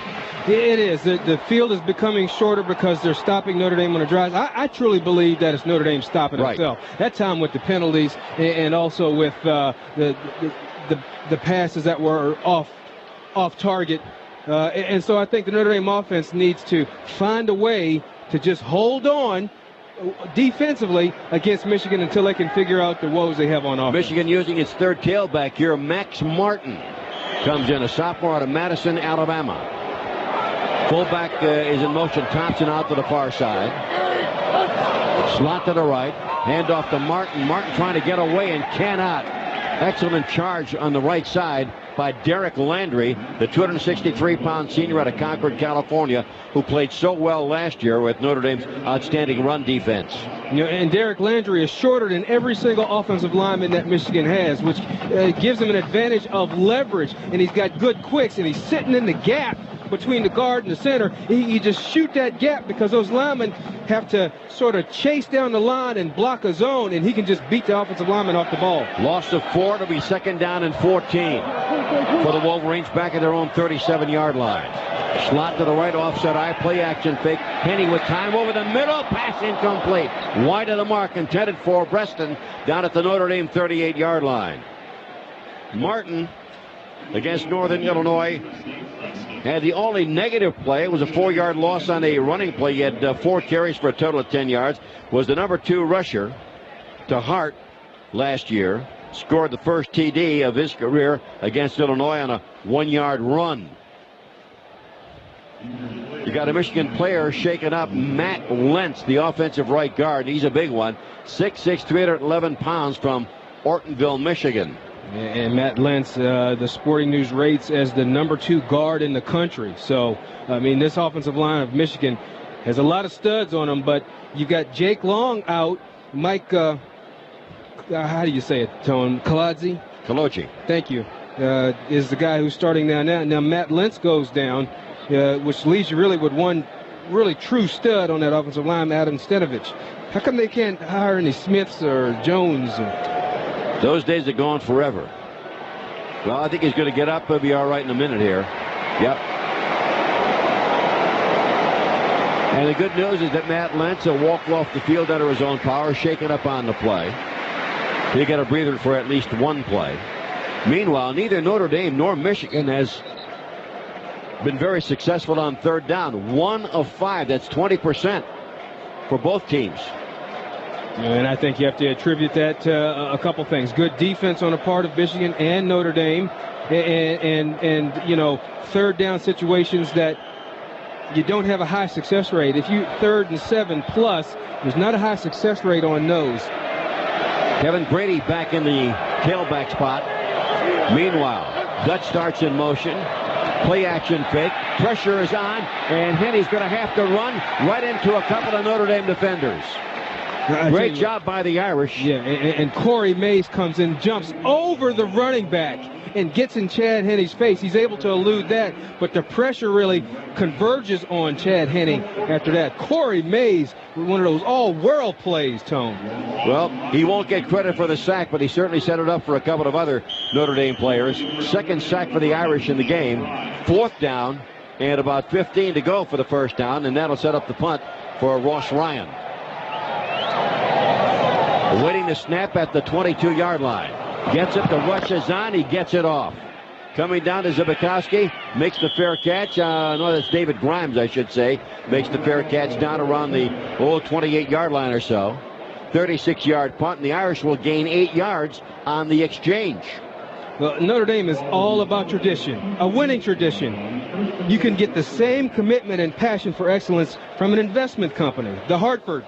For 195 years, The Hartford has helped build secure financial futures. When it comes to your long-term success, who better to take you there than a company with that kind of experience? Ask your financial advisor about 401ks, mutual funds, and annuities from the Hartford. You sound like you worked there. I'd have bought that if I were you. Well, I do a couple of things for the Hartford. Okay. Back to throw. Handoff. Goes to Walker. Can't go inside. Goes to the outside. Puts his head down. And he'll get maybe about 4 yards or so on the play. Yeah, but a better run there, Tony, Yes. because once he made the decision to go outside, he stepped on the accelerator and took it outside. The result is he gets 4 yards. You average 4 or 5 yards a carry, you might be an All-American. Second down and about 6 to go for a first down. You know, and Notre Dame going back to the no huddle, you know, to try and maybe create that mismatch, you know, with a linebacker on a receiver or something like that. By the way, Walker averaging 4 yards per carry. Pass short, taken by Fasano. Fasano's second catch, and he's got the first down. Anthony Fasano had 4 last week, has 6 on the year now. 6'5" senior from Verona, New Jersey, and they will move the chains. It's just something they haven't been doing since perhaps the opening drive when Notre Dame went 76 yards for the score. Well, you know, one thing I like about this no huddle for the receivers, it saves them on some of the running. I'm seeing Maurice Stovall over here. Didn't have to run all the way back to the huddle. First down and 10. The Irish at their own 39. Quinn again looks to throw. Dumps it off, and a pass incomplete. Try to get it to Walker, but it's incomplete. And so now it becomes second down and 10 at the 39-yard line. You know, just as a change of pace, the no huddle, you know, if you can run it efficiently, really puts the defense on their heels. I know that first drive that Notre Dame had, Michigan looked like they were confused, but now they've settled into a game plan. They're making substitutions because Notre Dame has to wait to call the play. Second and 10 from the 39. We've got 7:51 left to play in the first half. Notre Dame by 4. Quinn to throw. Swings it out. Walker to the 35. Walker cuts back, gets to the 40, and up to about the 41 or 42. It'll be a gain of perhaps 3 yards on the play. They'll make it a third down and 7. The touchdown pass by Quinn to McKnight gave him, as I said, 29. He had a couple of TD passes against Pittsburgh, and that tied him with Angelo Bertelli with 28. And that was 5th on Notre Dame's all-time list. And with the pass to McKnight, that gives him 29. And he now trails number 4, Joe Theismann, by 2. Theismann threw 31 touchdown passes. Third and 7. Short drop, quick throw. Fasano turns around, makes the grab, got the first down. Boy, it's a good thing he turned around because I don't even know if Anthony saw that ball. It was right in his breadbasket, and I think it was reflex action. He put his arms around it and got the first down by about a yard at the 49-yard line of Michigan. He took a little hit on the shoulder. He's running up to the sideline, and he's holding that arm kind of gingerly. But it was one of those, look what I found type of catches. But that's why you have a big tight end with big hands who can get you 9 yards, which he did on that play, and keep the chains moving. First time the Irish have been in Michigan territory since that 76-yard drive. Hand off to Walker off the right side. Walker down to the 45 to the 42-yard line. That'll be a gain of a good 7, almost 8 yards for Darius Walker. You know, and the misdirection on that play, mixing it up a little bit, you know, allows the Notre Dame offensive line to get leverage, create space for Darius. And that time Darius is able to get a full head of steam and just explode up into the hole. Second down, about 2.5 to go for the first down. Good kickoff block that time by Dan Santucci. Hand off to Walker, right side. Shakes one tackler, gets by another, finds a little opening, and picks up another first down as he's finally dropped it about the 36-yard line of the Michigan Wolverines. You know, it looks like he probably should have got caught in the backfield, but he kept his legs moving. And the offensive lineman stayed engaged with the defensive lineman, so they couldn't even come off to tackle Darius. 61 yards, 14 carries for Darius Walker. Can't do the math, but hopefully that's... Oh, I got the little Casio right here that says 4.4. Right. First and 10. Quinn throws up the middle. McKnight makes the grab, and he's got it at about the 16-yard line. And he took a shot on his left shoulder, and Raymond McKnight may be out. Well, you know, he got his... with this artificial surface that has the look and feel of grass, when your cleats get planted in it, it stays firm. And when he caught it, his foot was planted, and he got bent back on his knee. He's holding his knee, and he's not moving. But, a true testament to his toughness. He's able to catch the ball and come down with it. Apparently, the pass was incomplete. We saw him catch the ball. We saw him get hit. And then apparently he gave it up. Yeah. Oh, yeah. Yeah, that one hurts. Well, how do they call it incomplete? Well, when he was coming down, the ball. There it is. Yeah, it bounced up and he caught it again. But we were screened out. It's right knee. And that does not bode well for McKnight nor Notre Dame. It's one of those hits that looks painful. He's got his foot planted in the ground, and he takes the hit, and he's bent backwards. And it doesn't take much for that knee to be messed up, but that was definitely one of those hits where you can tell. 7-3. Notre Dame is out in front as they attend to Raymond McKnight. 5:53 left. You're listening to exclusive coverage of Notre Dame football on Westwood One. Play fantasy football on CBSSportsLine.com. Join an existing league or start your own and invite your friends. Plus, get player news and exclusive analysis to give you the winning edge all season long. Just click on fantasy football at CBSSportsLine.com. Now back to Westwood One's exclusive coverage of Notre Dame football. And we want to acknowledge the University of Notre Dame Athletic Department and its team of sponsors: Adidas, Chase, Coca-Cola, Sirius Satellite Radio, Comcast, McDonald's, Gatorade, and Xerox. Matt Shelton has entered the game in place of the injured Raymond McKnight. Here's the handoff by Quinn. It's coming to the outside. Walker with running room at the 30, left sideline at the 25, and he steps out of bounds at about the 23-yard line.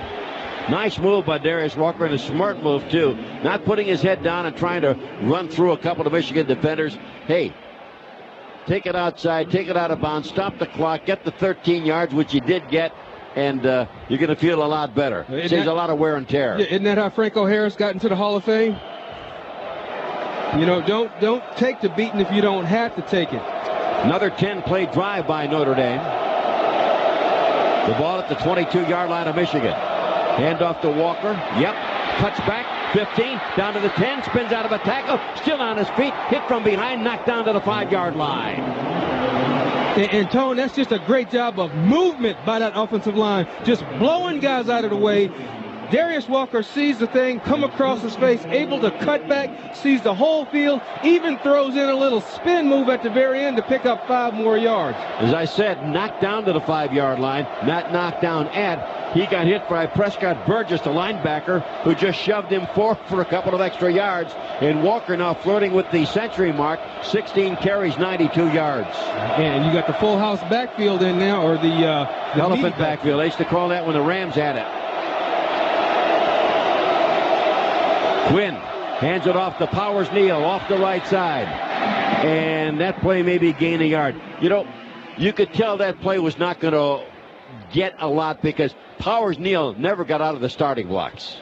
No, it was like he was running in mud. It just wasn't a good mesh, and it wasn't hit with authority. And sometimes that happens as a running back because you confuse with the read or you predetermine your run, and you just don't go up in there with any authority. You just got to be able to, number one, visualize at night what the run should look like, and number two, hit it with authority. If you make a mistake, make the mistake full speed. Now the Irish go double flanker, one back set, and double tight end. So essentially it's a double wing team. Play action fake to Powers Neal in the end zone. Caught. Samardzija touchdown. The pass was almost intercepted, deflected, went up in the air, and for the second straight game, Samardzija has a touchdown. A 5-yard touchdown strike, 72 yards, 12 plays, and Notre Dame has now taken a 13-3 lead. Some people would call it lucky because he gets the tip, but he got himself in the right position. A good design play, sprint everybody to the right, bring Samardzija back to the left, and it creates a nice little seam. And if the defender doesn't tip it. Samardzija catches it anyway, but he's athletic enough that he stays in and keeps his eye focused on the ball. Fitzpatrick with a PAT is up, and it is good. And the Irish lead it by 14-3. Another red zone touchdown, and with that touchdown, Milwaukee Electric Tool makes another donation to Habitat for Humanity. Milwaukee Electric Tool, look for the red zone at your local industrial construction supplier or home improvement retailer. Yeah, well, you talked about the red zone, Tone, and last week they were 5 of 6 in the red zone. Really should have been 6 of 6 and they're scoring touchdowns in the red zone. They could have had another touchdown, but they elected to run the clock out and not run the score up. And the same thing is continued here in this game, getting the red zone. You know what? It's a mentality thing, and that's one of the things Charlie talks about is that nasty attitude. You get that close in the red zone, you can't be thinking 3. You got to think 6. And that's what Notre Dame has done successfully is they got in the red zone, they figure out a way to get in the end zone. Well, Samardzija, who never had a touchdown catch in his career and now has 2 in the first 2 games of 2005. Well, I think it all started with the bowl game with Samardzija. Had a real good game against Oregon State with some, acrobatic catches, some one-handed catches. You do that on the football field, you get confident. And so no longer are you back there just trying to run routes. You're in there trying to make plays. Kick is high and is coming down near side. It'll come down. It's taken around the 3. Brought back to the 10, the 15. Oh, what a hit on Grant Mason. Man, he got it. You could hear it up here. The guy wearing... You got to lower your shoulders, son, if you're going to run through there. And that was Ndukwe who made the hit on that play. Shinny. Woo. We didn't say enough about the Ambrose Wooden, who led Notre Dame in tackles last week with about a dozen. Yeah. I mean, that's where Pitt decided they were going to attack was his area, and he rose to the occasion. He's only going to get better because he had that experience. Grady back in, the freshman out of Grand Rapids at tailback. Slot left, got a wide out to the right, and Henny back to throw. Sets up, throwing long, trying to get that pass downfield. It is incomplete. It was a pretty good battle between Ambrose Wooden and the intended receiver, Mario Manningham. Michigan fans are oohing and ahhing. They thought it maybe a penalty marker should have been thrown. But truth be known, Manningham had his hands on Wooden before Ambrose put his hands on him. And Wooden separated from him when the ball got in the air and looked back at the receiver. And a lot of that is coaching. That's Bill Lewis standing on those guys saying, you guys are going to get tested deep because y'all got torched last year. 5 for 13, 47 yards for Chad Henne. Sophomore from Wyomissing, Pennsylvania. Handoff, opener up the middle. Good run up past the 30 to the 35-yard line. And that's going to move the chains. Nice run up there. Great job of opening it up by the Michigan offensive line. Mm-hmm. And I got to tell you, Grady was a much heralded running back coming into Michigan at 5'9", 227 pounds. Well, that seems like a lot, but I was weighing 220 about 5 months ago at 5'9". But 4-year starter, 4'4", 40, 270-pound bench turn. Empty backfield as Grady starts in motion to the far side, and Chad Henne calls a timeout. And he didn't like what he saw across the line of scrimmage. The score is 14-3. Notre Dame out in front with 3:51 left to play in the first half. You're listening to exclusive coverage of Notre Dame football on Westwood One.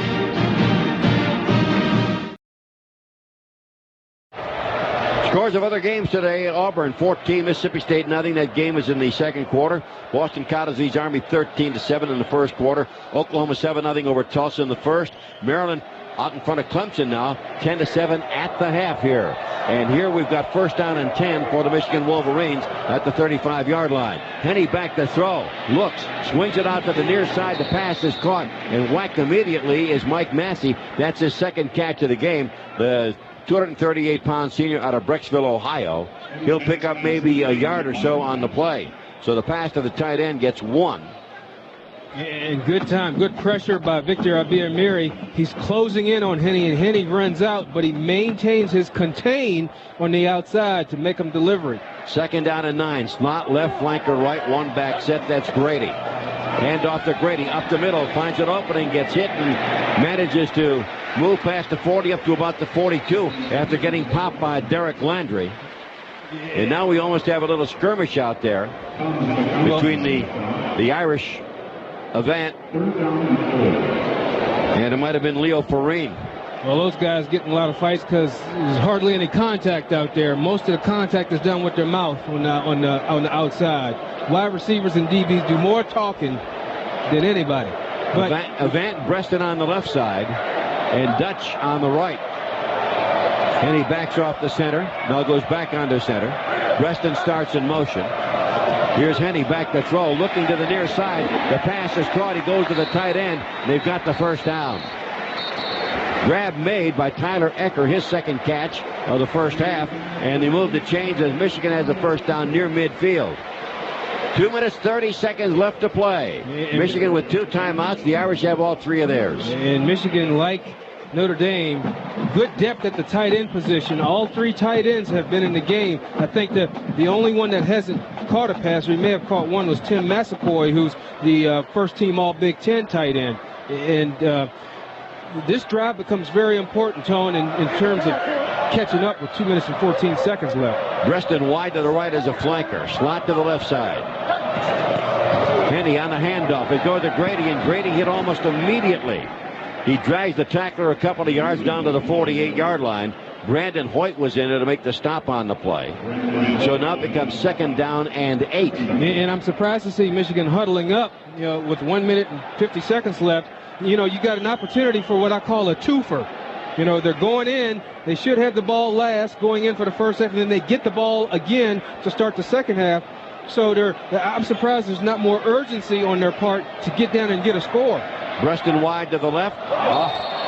And the tight end was the man who moved across the line of scrimmage before the ball was snapped. 83 offense. 5-yard penalty. Still 3rd down. Mike Massey. Well, and he will be replaced immediately by Tyler Ecker. I think he did him a favor. He stopped the clock. 1:32. The clock begins again. The clock's still winding down. 2 penalties for each team.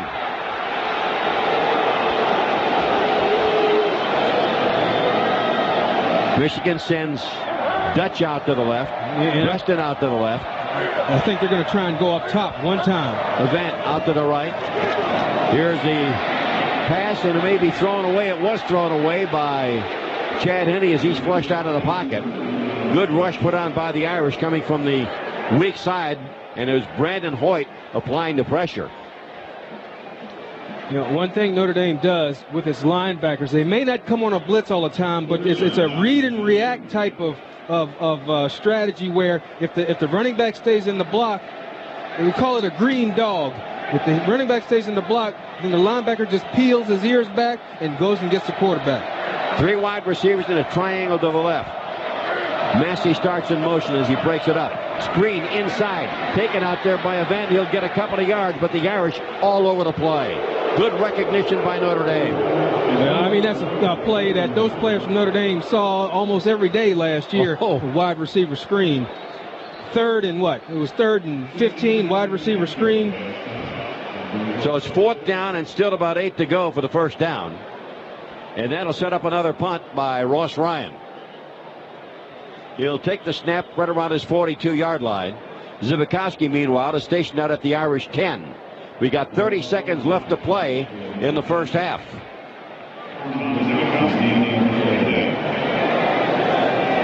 It's down to 22. Yeah, they're just going to let this thing run and try to get out of here. Awaiting the snap as Ryan gets it and puts the ball up. Zbikowski calls for fair catch and does make it down around the 12 or 13-yard line. And that'll be a 35-yard punt, no return. And there's 8 seconds left to play in the first half. Time for a shot up top, huh? Well, probably call for one, but I don't think so. Yeah. And as an offensive-minded coach, you hate to just waste a play. Even though there's 8 seconds left, it's a good lead to go into the locker room with. You just hate wasting a play. Well, Notre Dame has lost one player, Raymond McKnight, and Michigan has lost one, Mike Hart. So 2 key components of each team's offense that were sidelined by injuries in the first half. Here's Brady Quinn taking the knee, and that's going to be the end of the first half of play with a score. Notre Dame 14 and Michigan 3. And you're listening to exclusive coverage of Notre Dame football on Westwood One.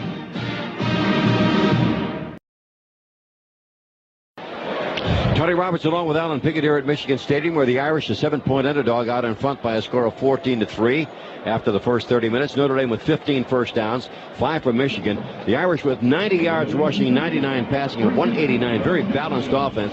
Michigan as well, 51 and 61 for 112 yards. 14 out of 22 for Brady Quinn and a couple of touchdowns. 8 out of 17 for Chad Henne. No interceptions, no lost fumbles. Each team with 2 penalties, each team with 16 yards in penalties. 44 plays for the Irish, and really balanced offense as we look at the halftime stats. Brought to you by Consort Hair Care for Men. That's why I look so good today, Alan. Hairsprays and gels giving you, guaranteed to give you a great hold. But 22 runs, 22 passes, Notre Dame 44 plays. It doesn't get any more balanced than that, and 29 plays for the Michigan Wolverines. And I think what the balance does is just keeps the defense off balance, because there are certain downs and distances where they may anticipate run and Notre Dame comes with the pass, and vice versa. And also the no huddle. The no huddle, I think, has the effect of having Michigan not have the proper personnel on the field and give Notre Dame a chance to get maybe that mismatch of a tight end on a defensive back or something like that. But execution overall by Notre Dame has been good. In the times that they have been stopped, it hasn't been Michigan stopping them. It's been Notre Dame stopping itself. I cannot remember at the start of a Notre Dame game where Notre Dame looked as good as they did on that 76-yard drive to open the scoring, with Brady Quinn hitting McKnight with 5 yards and a touchdown. Notre Dame absolutely dissected Michigan, and they could not have been any more proficient than they were in that particular series. Well, it's a team playing with confidence. And, you know, the defensive players on Notre Dame talk about having to practice against this offense, how they've got this attitude now that they can't be stopped. And with the success they had last week, they built some momentum with that confidence, and now they can come out with a little bit of a swagger. Well, Notre Dame got a little bit of that momentum back after they lost it following that first drive. Quinn to Samardzija to cap a 72-yard drive. Both touchdown passes were for 5 yards, and Quinn now has 30 for his career. Meanwhile, Rivas got a 38-yard field goal for Michigan at the top of the second quarter to put them on the board. But it's 14-3 right now. The Irish out in front. This is Westwood One's exclusive coverage of Notre Dame football. It's halftime, Notre Dame at Michigan. Hi, everybody. I'm Chris Castleberry. Time now for this week's State Farm Student Athlete of the Week, honoring those who excel not only on the gridiron, but in the classroom. This week's honoree is Jake Carney, a senior free safety from Lexington, Kentucky. Jake has a fine 3.72 GPA in the Mendoza College of Business. Congratulations to Jake Carney, this week's State Farm Student Athlete of the Week.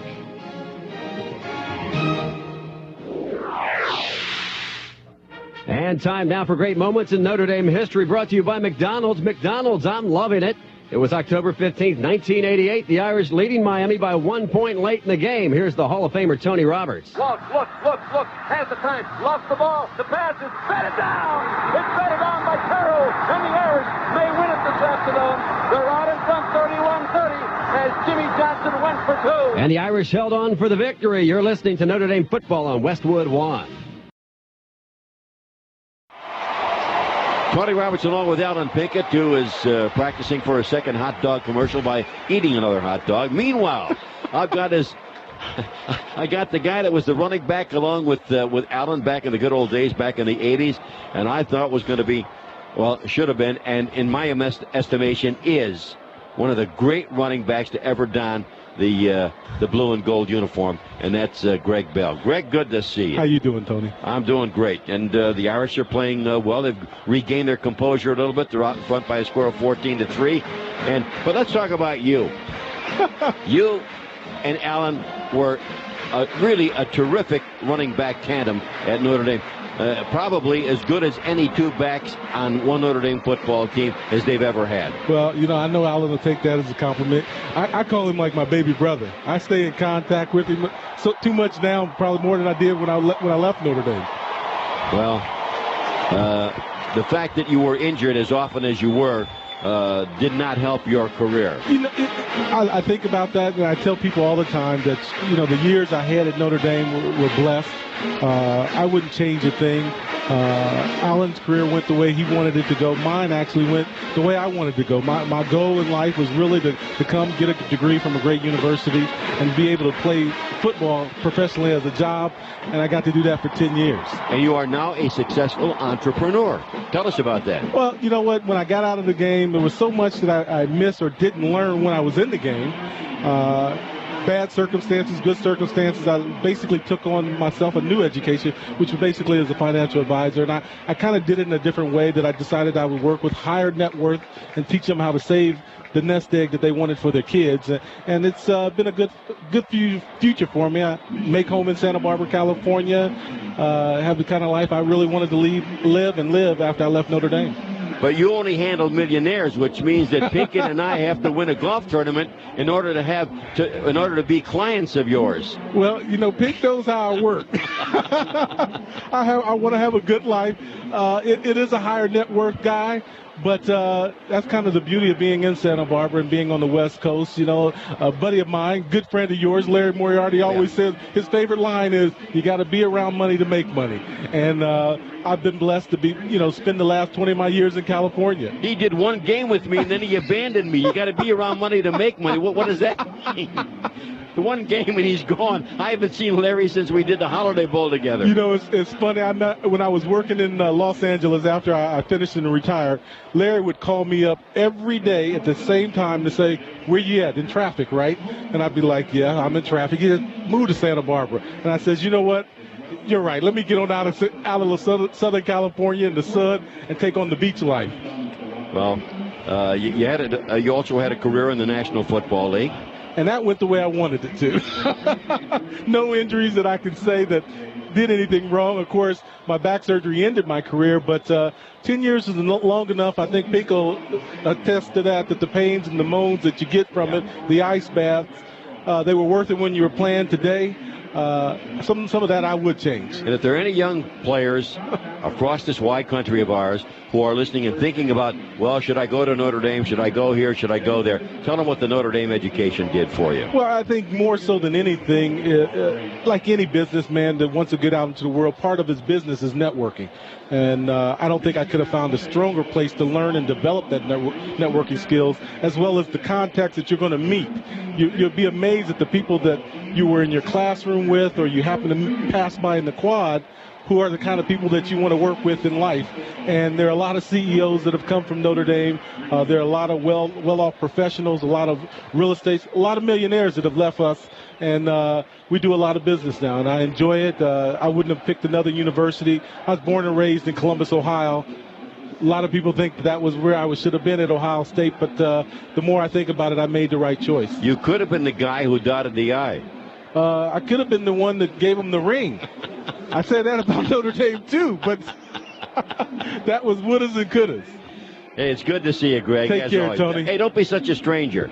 Come on up and see us sometime, regardless of whether number 20's in the booth or not. All right, take care. Our halftime score, we just talked to Greg Bell, who was a running mate of Alan Pickett's back in the 80s under the Jerry Foster at Notre Dame. Our halftime score again is 14-3. Notre Dame out in front of Michigan. Second half kickoff is coming up. You're listening to exclusive coverage of Notre Dame football on Westwood One. Hi again, everybody. I'm Tony Roberts. As the Michigan Wolverines come out of the tunnel all across the field, they trail in this game by a score of 14-3. And now we turn to Alan Pinkett for his second half keys. Brought to you by Chevrolet, the official car and truck of Notre Dame Athletics. Well, it was a good first half for Notre Dame, especially on the scoreboard. And also, you know, Tone, you talked about the balance that they had offensively with 22 runs and 22 passes. They need to keep that balance in the second half to keep the Michigan defense off balance. I think they need to be concerned with the clock. The clock is their friend right now, but at the same time, stay aggressive. You can't play defensively on offense, and I don't think Charlie Weiss has that type of attitude anyway. He's going to stay aggressive, but he's going to run plays that, you know, maybe are dinks and dunks that moves the chains, and Notre Dame does that. I think their goal needs to be to score 30, a total of 30, in the second half. On defense, Michigan is a team with a lot of pride. They're going to come out here and they're going to try and lay it all out on the line. So the defense has to keep everything in front of them. But one of the things Notre Dame did effectively in the first half was be very physical with this Michigan football team. They have to stay physical, look for Brandon Hoyt, Corey Mays to be flying around the field, hitting running backs, hitting the quarterback. They have to stay physical, and they need to pressure the quarterback. They've had some success with this green dog where if the running backs stay in, the linebackers go ahead and come in and pressure the quarterback. Corey Mays, Brandon Hoyt done a good job. Maurice Crum, we need to hear from him in the second half too. Well, he had some pretty good hits there in the first half as well. And, I like what Charlie Weiss said at the half. We're going to go back into the locker room and regain our composure. And I think he feels that the team may have lost a little bit after they just went right downfield in that opening drive and made it look so easy and put up 7 points against the Michigan Wolverines. But having done as many Michigan games as we've done, we know that you're not just going to do that to Michigan and they're just going to lay back there and let it happen. No, I mean, Michigan, a team with a lot of confidence themselves, they are not the number 3 rated team in the country for nothing. It's not just their name. They've got very good players. They've got a good scheme. Right now, they've been out-muscled a little bit, so Notre Dame has to just maintain that muscle for the second half, and they should be fine. But I think you have to have goals when you want to play a team like Michigan. And some of them are little goals. I think at this point, Darius Walker should think, I need to get another 100 yards in the second half. I think Maurice Stovall should be thinking to himself, okay, I need to make 3 big pass plays. Fasano needs to be thinking about, I need to get 4 more first downs, that type of thing. Well, I just did some quick adding here. Michigan's started on the average at their 33-yard line, and Notre Dame really hasn't had field position. They've started their 7 series on the average of their 21-yard line. Well, and it just is a testament to the play calling and the execution of Notre Dame. They did have that little period where they couldn't get anything going, but I knew that they would come back because it was a function of them stopping themselves, not Michigan stopping them. And each team has lost one key player. Hart, the tailback for Michigan, McKnight, the wide receiver for Notre Dame. As we pause for station identification, this is Westwood One, your exclusive home for Notre Dame football. Going through my files from last year, and I picked up the flip card for the Notre Dame Michigan game. Hart wasn't even listed among the top 3 running backs for that game. No, in fact, whoever started, and I wish I could remember, but he got hurt the very first play he ran. Notre Dame put him out of the game, and that's when Hart came in. And he only carried the ball, I think, 5 times in the first half. 5 or 6 times, you're right. And, of course, he went on to have that great year, came right back the next week and rushed for 100 yards. He had 5 games in succession where he rushed for over 100 yards, and I think 2 or 3 of those in succession were for more than 200 yards. Well, I always say the ball's not heavy, and if they want to keep giving it to you and you keep having success, go ahead and keep running. And he's got a good body type.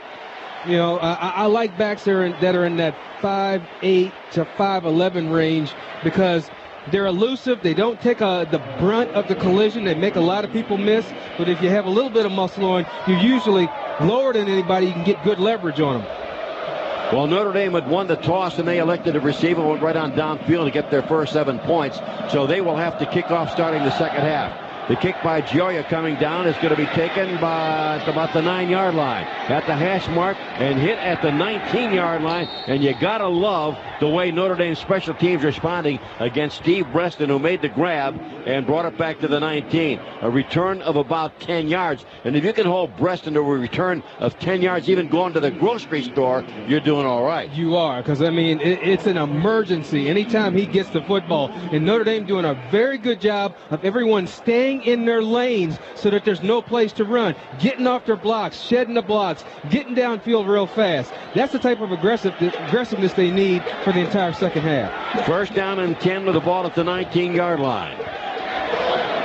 Out of the eye, the handoff goes to Grady, and Grady not finding much in the middle. Penalty marker on the play, and that play is stopped after maybe a gain of about a yard. We had a massive humanity at the point of attack, and all of a sudden a penalty marker comes flying out of nowhere. How can you tell who did what? Inverted face mask. Charge to the defense. That's how you... 5-yard penalty from the end of the run. Still first down. Our referee, Mr. Lemonnier, Bill Lemonnier, answered my question. Somebody grabbed the face mask. Well, at least it's the 5-yard variety. And plus the 1 yard he got gives him a 6-yard play, second down, and make it first down and 4. Those are the kind of things that offensive coaches dream about. Slot to the left, tight end is to the right side. It's Tyler Ecker. Hand off to Grady. Grady finds an opening. Zbikowski up near the line of scrimmage. Makes the stop on the play, but not until Grady gets the first down. It'll be a pickup of about 5 yards. Make it first down and 10 for the Michigan Wolverines at the 29-yard line. You know, looking at Grady, it's just a hard person to get your arms around because at 5'9", he's kind of short, but to 227 pounds, he's stocky, almost like a little Robert Newhouse or Greg Pruitt type of back, and he's got good quicks. Avant out to the left. Preston starts in motion from the right. Handoff goes to Grady up the middle, and he's clear at the 45. He's at the 50, and a great tackle made at about the 47 or 48-yard line by Ambrose Wooden, the junior out of Baltimore, Maryland. And for a moment, it looked like Mr. Grady was off to the races. Well, they feeding him, Tone, and like I said, the ball's not heavy. That time he busted for 23 yards. And you know, what I like about watching the kid, he's gotten stronger on each carry. You know, you have a tendency to maybe get tired when you run the ball, but that's the demons in your head talking. 7 carries, 51 yards. Here's the handoff to Grady, and Grady powering his way down to the Notre Dame 45-yard line. And right now, that offensive line of the Michigan Wolverines asserting itself, a gain on the play of about 3. Longest running play was on the reverse to Breston. Breston got 30 yards on that play. But if you just call it a handoff from the line of scrimmage, going right up the gut, that 23-yarder was a beauty by Grady. Man, that usually doesn't happen to Notre Dame. Most teams concede the run against Notre Dame because the Irish always have very good run defense, but Michigan has found a soft spot. Second down and 7 for the Wolverines. Penny back to throw, fires the pass to the far side. It's a one-hopper. He had driven his man off Avant and got away with it as he curled toward the sideline, but the pass was well underthrown, and the man who was covering on the play, Ambrose Wooden, was way out of the territory by about 8 or 10 yards. Well, Ambrose Wooden had turned to run deep, and Avant had turned his route out, so he had a heck of a cushion right there. Actually pretty lucky on the part of Ambrose Wooden that the ball was underthrown. 8 out of 18 for Henny. Michigan only 2 of 8 on third down. The Irish not much better, 2 of 6. Third down and 7. That starts in motion. Henny back to throw, fires the pass near side. Pass is caught, and the grab is made. And did he get the first down? Tyler Ecker with his 3rd catch of the game. Ecker makes the grab at about the Notre Dame 39-yard line. I believe they're going to be, well, they may call for the measurement. Bill Lemonnier, the referee, says, let's take a look at this. It's going to be very close one way or another. And good job by Ambrose Wooden taking the legs from underneath Tyler Ecker so he couldn't run forward. Now, mistake that Ecker made was not getting to the proper depth if they end up short right here. And it is a first down for Michigan at the Notre Dame 38-yard line. So the Wolverines doing to the Irish what the Irish did to them on their very first series in the first half.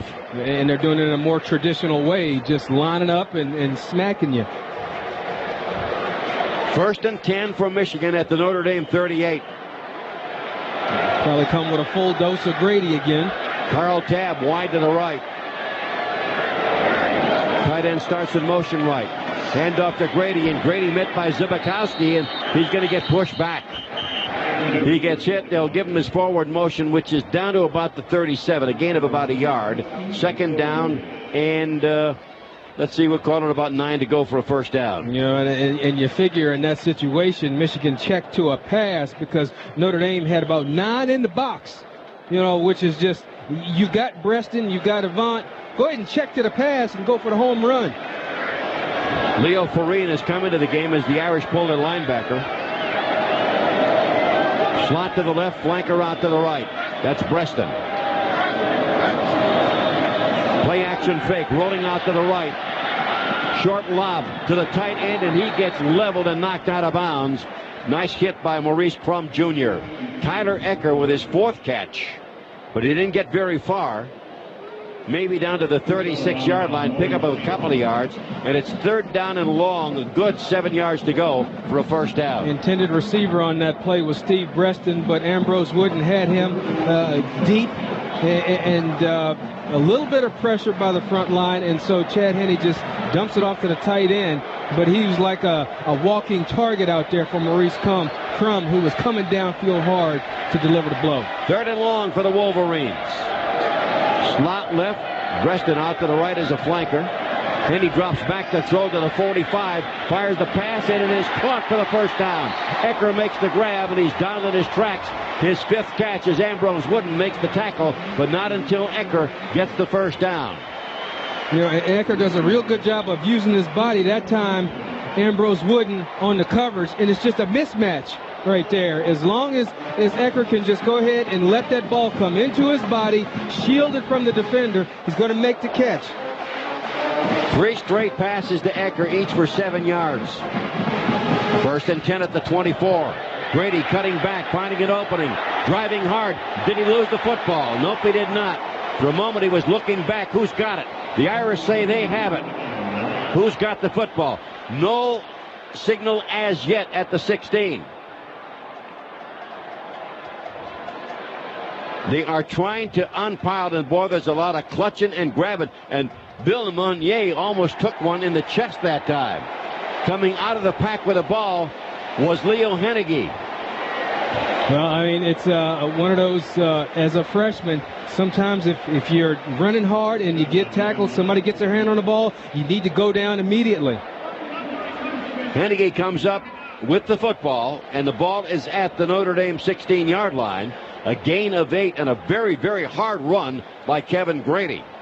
Well, Kevin Grady was able to turn his shoulders north and south. He was running sideways, but once you plant and go north and south, then we may get a review here. Previous play under review.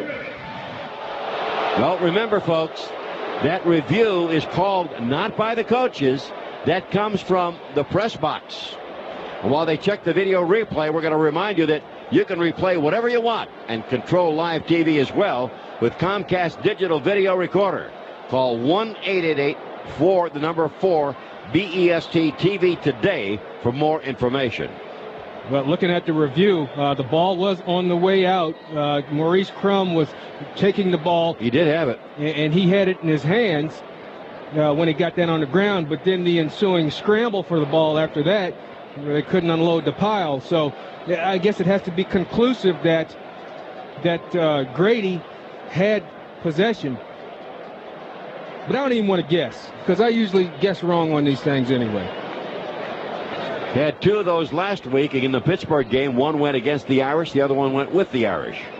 But again, the coaches have no control. The ball at the moment rests at the 16-yard line with 2nd down and 2. And we have witnessed on this drive, which began at the 19-yard line of the Michigan Wolverines, a very determined band of Wolverines. Obviously, Loy Carr got their dander up, and they have played very well starting the second half. But it's what you expect out of Michigan. They usually have success running the football. They found the soft spot, and they keep attacking it until Notre Dame can fix it. We'd like to thank you for joining us for today's broadcast of Notre Dame football on Western One. Play stands is called. Michigan recovery, 2nd down. No question. We are being heard in over 180 countries around the world and over 200 ships at sea via the American Forces Radio Network. I'd like to take this opportunity to give a special welcome and thanks to all the men and women serving our country and taking a break to listen to us this afternoon. Hear, hear. 14-3, but that lead in jeopardy now. And again, you get down in this area, the defense has to firm up and just take field goal. Don't let them in the end zone. 10th play in this drive. Hand off to Grady up the middle. Gets popped as he gets inside the 15. Maybe as far as the 14-yard line. We'll see what happens. Did he get to the 14? He had to get to the 14 for the first down. Well, I saw the left foot spot, Tone, from the line judge, which means it's short. If it's the right foot spot, see, I learned so much from you. Right Third foot down spot. and about a half yard to go. Right foot spot would have been a first down. Left foot spot is short. It's at the 14.5-yard line. Breaston goes out to the left. Avant comes out to the right. I think you got to watch a bootleg right here, though, Tony. Grady has been the bellwether. Quarterback sneak by Henney's got the first down. Chad Henney carried the ball. Just dove over his center, Adam Krause, and that takes some kind of dive because Krause stands 6 feet 6 inches tall. But he's got the first down at the 13.5-yard line. Again, this drive began at the Michigan 19. And Michigan doing a good job of taking the time off the clock. You know, at which point I say, go ahead, clock, and run. Avant to the left. Breaston out to the right. Starts in motion. Cotter, the tight end, is flexed out. Hand off to Grady up the middle, and he gets hit by Zibikowski in the secondary. Gets a couple of yards on the play. You sort of get the feeling that Lloyd Carr in a situation like this turns conservative. He's got outstanding skill position people on the outside. He's got an untested, really, secondary with Notre Dame. Why not give Avant a shot? And he may be setting that up with the play action. But he wants to depend on his running backs and just plow that thing in. Grady has 64 yards on 12 carries. Breaston wide to the left, Avant in the slot. Ecker, the tight end, flexed out to the right. And Henney back to throw. Got the time, fired the pass. Intercepted by Zibikowski. To the 10, to the 50, sideline to the 20, 25. His second pick in as many games. And the defense comes up with a huge play. Well, Tom Zibikowski, Notre Dame player to watch. It's the first turnover of the game. And this is one of those games where turnovers are so important. Michigan in a position to try and score, but Zibikowski, a good job of baiting the quarterback into thinking his guy was open, playing in his strong safety position, just backs off and then is able to step right in front of the corner route of the tight end. Well, Zibikowski had the interception to end the first half of last week's game against Pittsburgh. It was the first pick by Notre Dame in 294 pass attempts.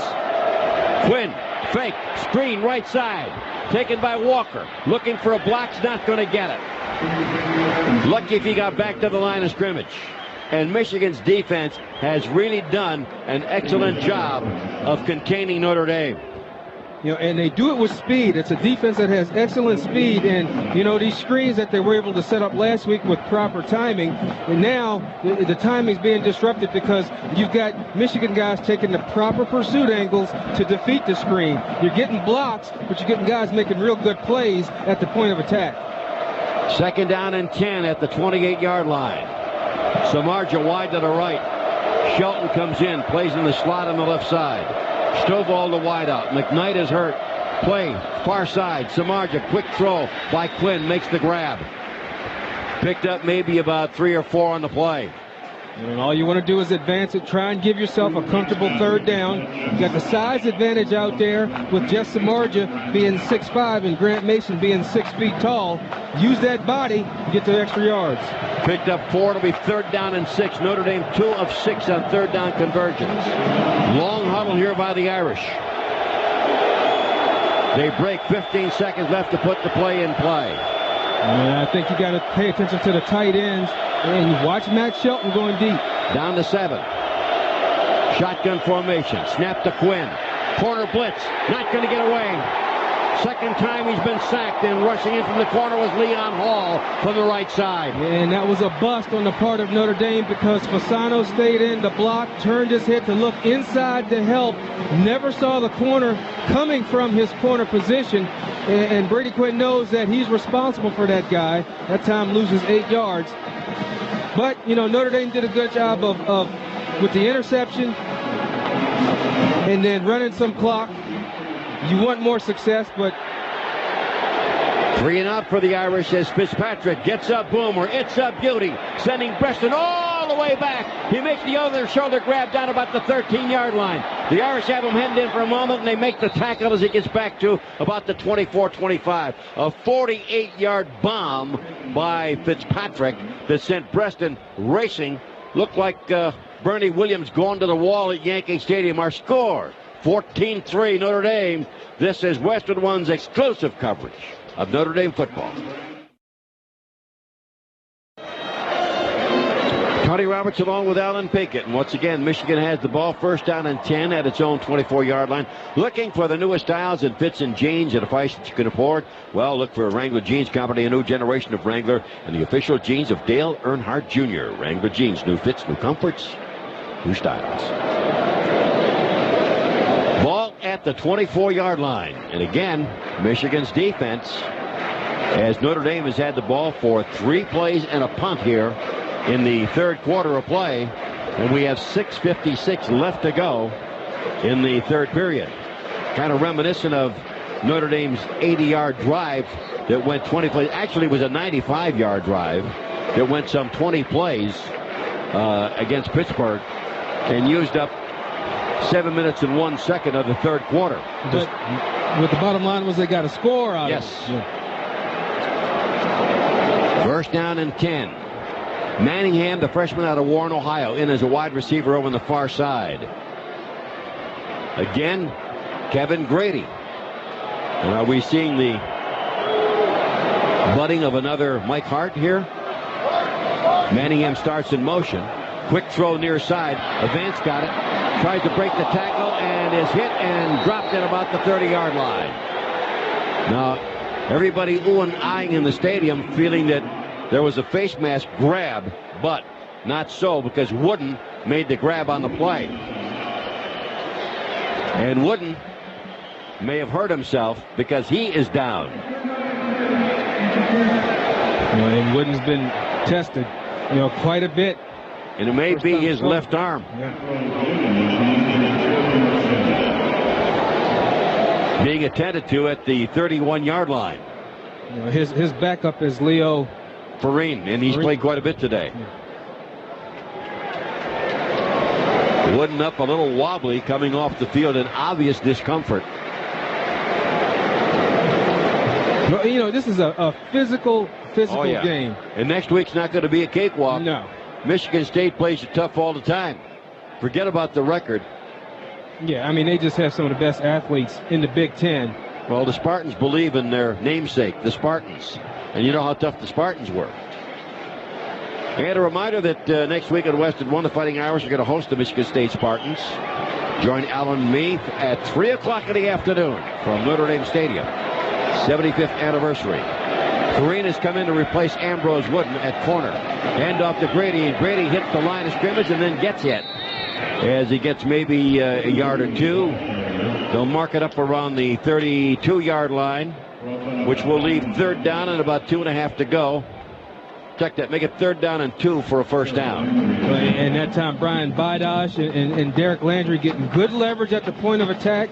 This defense is designed for the linebackers to make most of the tackles, where the defensive linemen hold up the offensive line, and as a linebacker, you got a free run to just tag that running back. Doug Dutch moves to slot left. Reston, the right flanker right, starts in motion. Quick throw near side, batted down. Great job defensively by Brandon Hoyt. Pass was intended for, but it was a tight end, and Hoyt leaping got his left hand on the ball and swatted it down.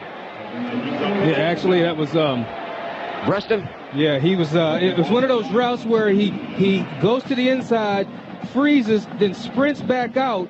But Brandon Hoyt, with underneath coverage, watching the quarterback. Quarterback fixes his eyes on the receiver, and Brandon with a great break on the ball to get a handout. And Ross Ryan is back to punt once more. Rushes on. He gets a beauty upfield. It'll hit at about the 30, continues to bounce inside the 20, rolls inside the 15, and dies at about the 12. Bill Grimes does not elect to field the ball, and that results in a 56-yard punt for Michigan.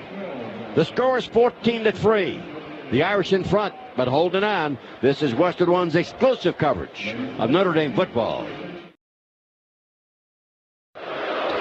We look at the Sylvania College football scoreboard, brought to you by Sylvania. See the world in the new light. Penn State 28, Cincinnati 3, Purdue 21, Akron 7. Penn State game in the third, Akron, Purdue in the second. In the halftime, Wisconsin 51, Temple nothing. Third quarter, Virginia Tech 28, Duke nothing. Third quarter, Maryland 17-14 over Clemson. Second quarter, Oklahoma 7, Tulsa 6. Halftime, Boston College 30, Army 7. Halftime, Auburn 14, Mississippi State nothing. Those are the scores that we have them brought to you by Sylvania. See the world in a new light. No need for the Arcs this afternoon. Just a beautiful, bright, sunshiny day. The game got underway early, just a little after 12 o'clock.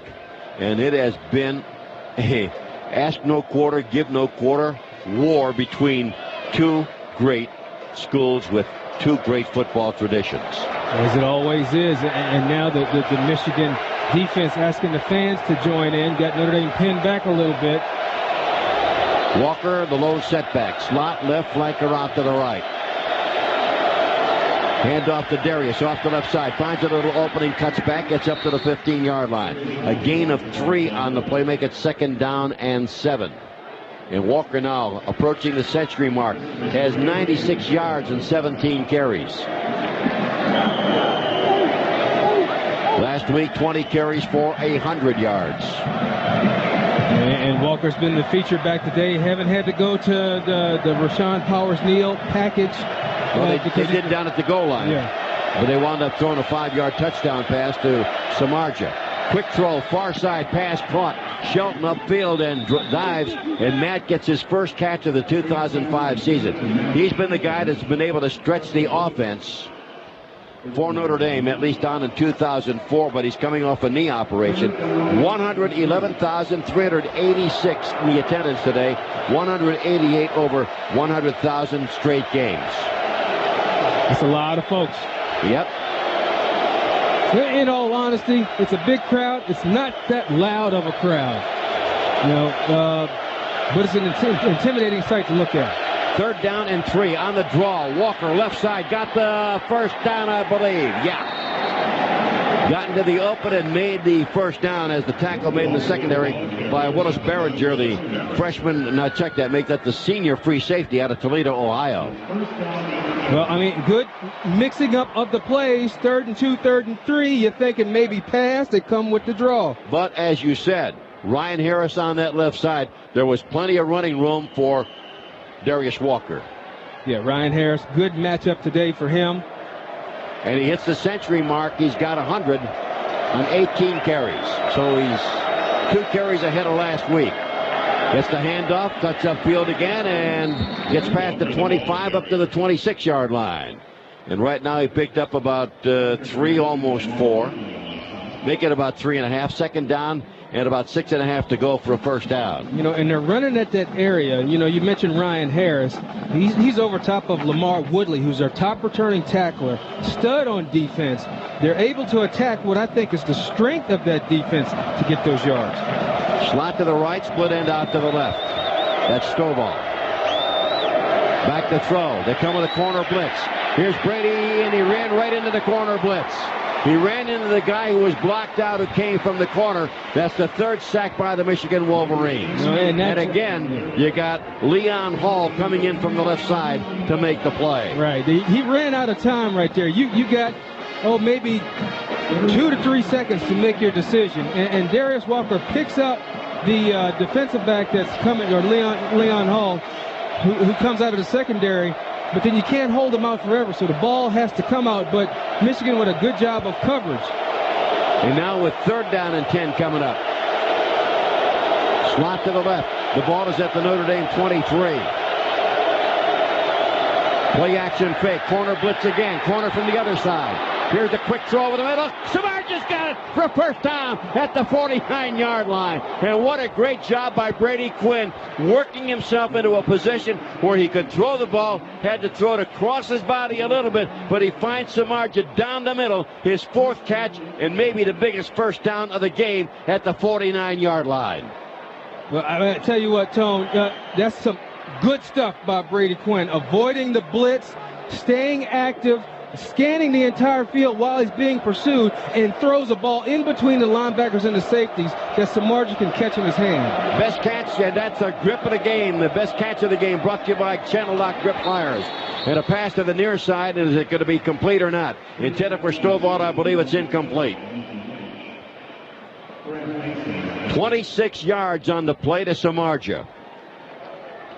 The ball at the 49, it'll be second down and 10. And since that opening drive, the Irish offense has sputtered, but the Michigan defense has had a lot to do with that, and some of it by Notre Dame's own making.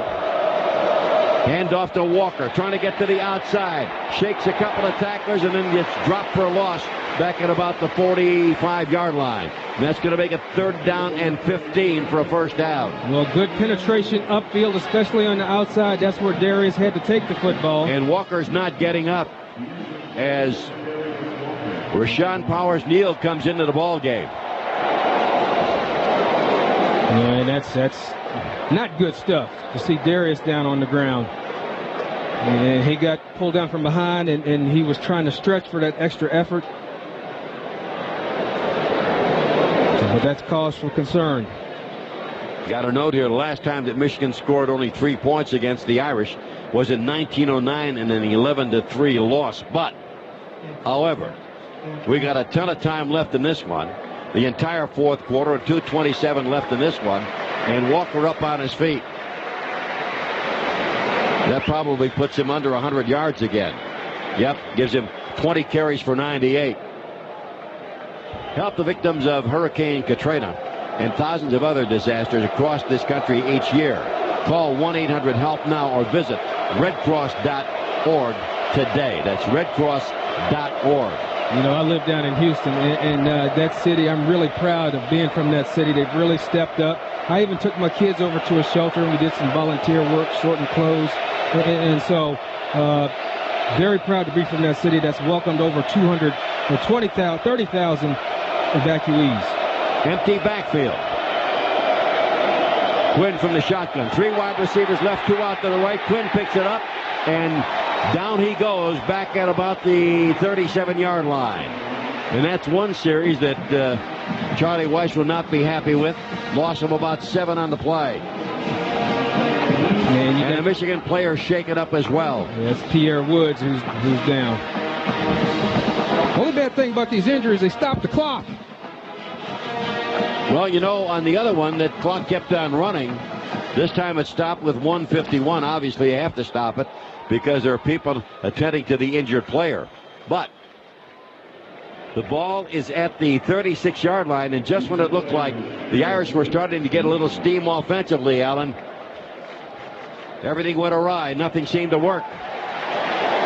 Yeah, and credit to Michigan because they rose up to make some plays. Yes. This particular play, though, the snap was just a little to the side. Brady couldn't handle it. Did a good job of recovering the thing. I also see Tone Ambrose Wooden coming from the locker room, dressed up so maybe he's fine. DJ Fitzpatrick at the 21-yard line set the punt, and he gets one off. A high spiral, sending Breston down to the far side. And Breston cornered, gets away from one man, gets away from another, gets hit by 2 more, and he is dropped at about the 14-yard line. Great coverage, and again, you cannot say enough by Terrell Lambert of the Fighting Irish of Notre Dame on the special team. There's a penalty marker down there, but Lambert did an outstanding job, and he's been a great gunner for Notre Dame. He has. I mean, some people projected him before Charlie Weiss came in as being the next great defensive back, but he's listed third. Illegal block in the back. Number 17 on the return. Half the distance to the goal from the end of the run. First down. That would be Carl Tabb, the flanker, the senior out of Ann Arbor, Michigan. The ball brought back to the 15-yard line. We've got a score of 14-3 with a 1:31 left to go in the third quarter. Notre Dame is out in front. You're listening to exclusive coverage of Notre Dame football on Westwood One.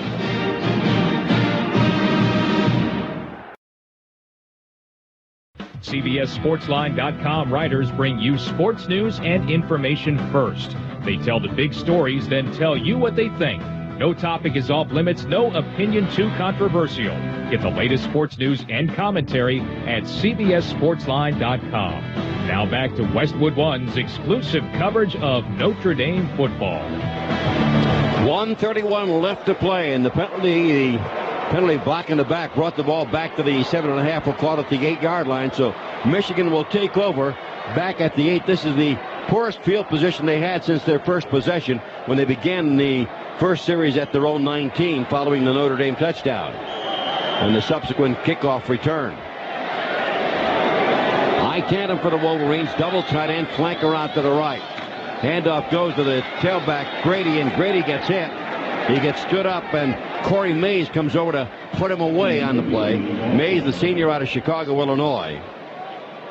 Who gains about a yard, a second down, and 9 to go. Yeah, who waited his turn, yes, because he had to play behind Goolsby, behind Courtney Watson, even had to play behind Brandon Hoyt, because they would bring in Brandon Hoyt at that middle linebacker position. But, is loving this opportunity to get out there and play. And you bring 2 tight ends, you bring the defense closer to the football. Preston to the far side, Event to the near play action fake of the end zone, throwing long for Preston downfield. He did not make the catch. Just a little bit too much muscle on that throw for Preston at the 45-yard line. And he just had gotten the stop on the Notre Dame defender on the play. I believe that was Mike Richardson. And Mike Richardson sort of bit on the little hesitation move, and that's what allowed Preston to go ahead and get some separation. But that hesitation move is probably what threw off the quarterback, throwing that ball just a teeny bit too far. And quite frankly, the Irish a little lucky on that play. 3rd down and 9 to go for the first down. And you got to check the tight ends in a situation like this. Event comes out of the backfield now. And Henny back to throw. Looks, fires the pass. It is over the head and through the hands of Tyler Ecker, who's been his favorite receiver today. That would have been a first down had it been completed at the 20-yard line. And so for Michigan, it is 3 and out. And a good job by, lucky by Notre Dame, but pressure that time sometimes causes the ball to come out kind of high. And 2 young quarterbacks who had great years last year struggling this afternoon. Henny and Quinn. Second game of the season for both of them.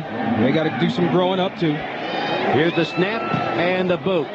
Spiral, and Zbikowski says I'll take it. At his own 49. Gets down to the 45. Shakes a tackler. Shakes another one. Gets down to the 40. Still on his feet.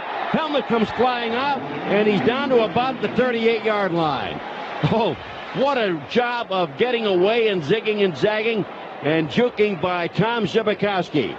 A 42-yard punt and a dazzling 13-yard return. And that return puts him into plus territory, shortens the field. It's one of those areas where, Tone, you can go right up top right now, or you can take your time, but definitely advantage Notre Dame in terms of field position.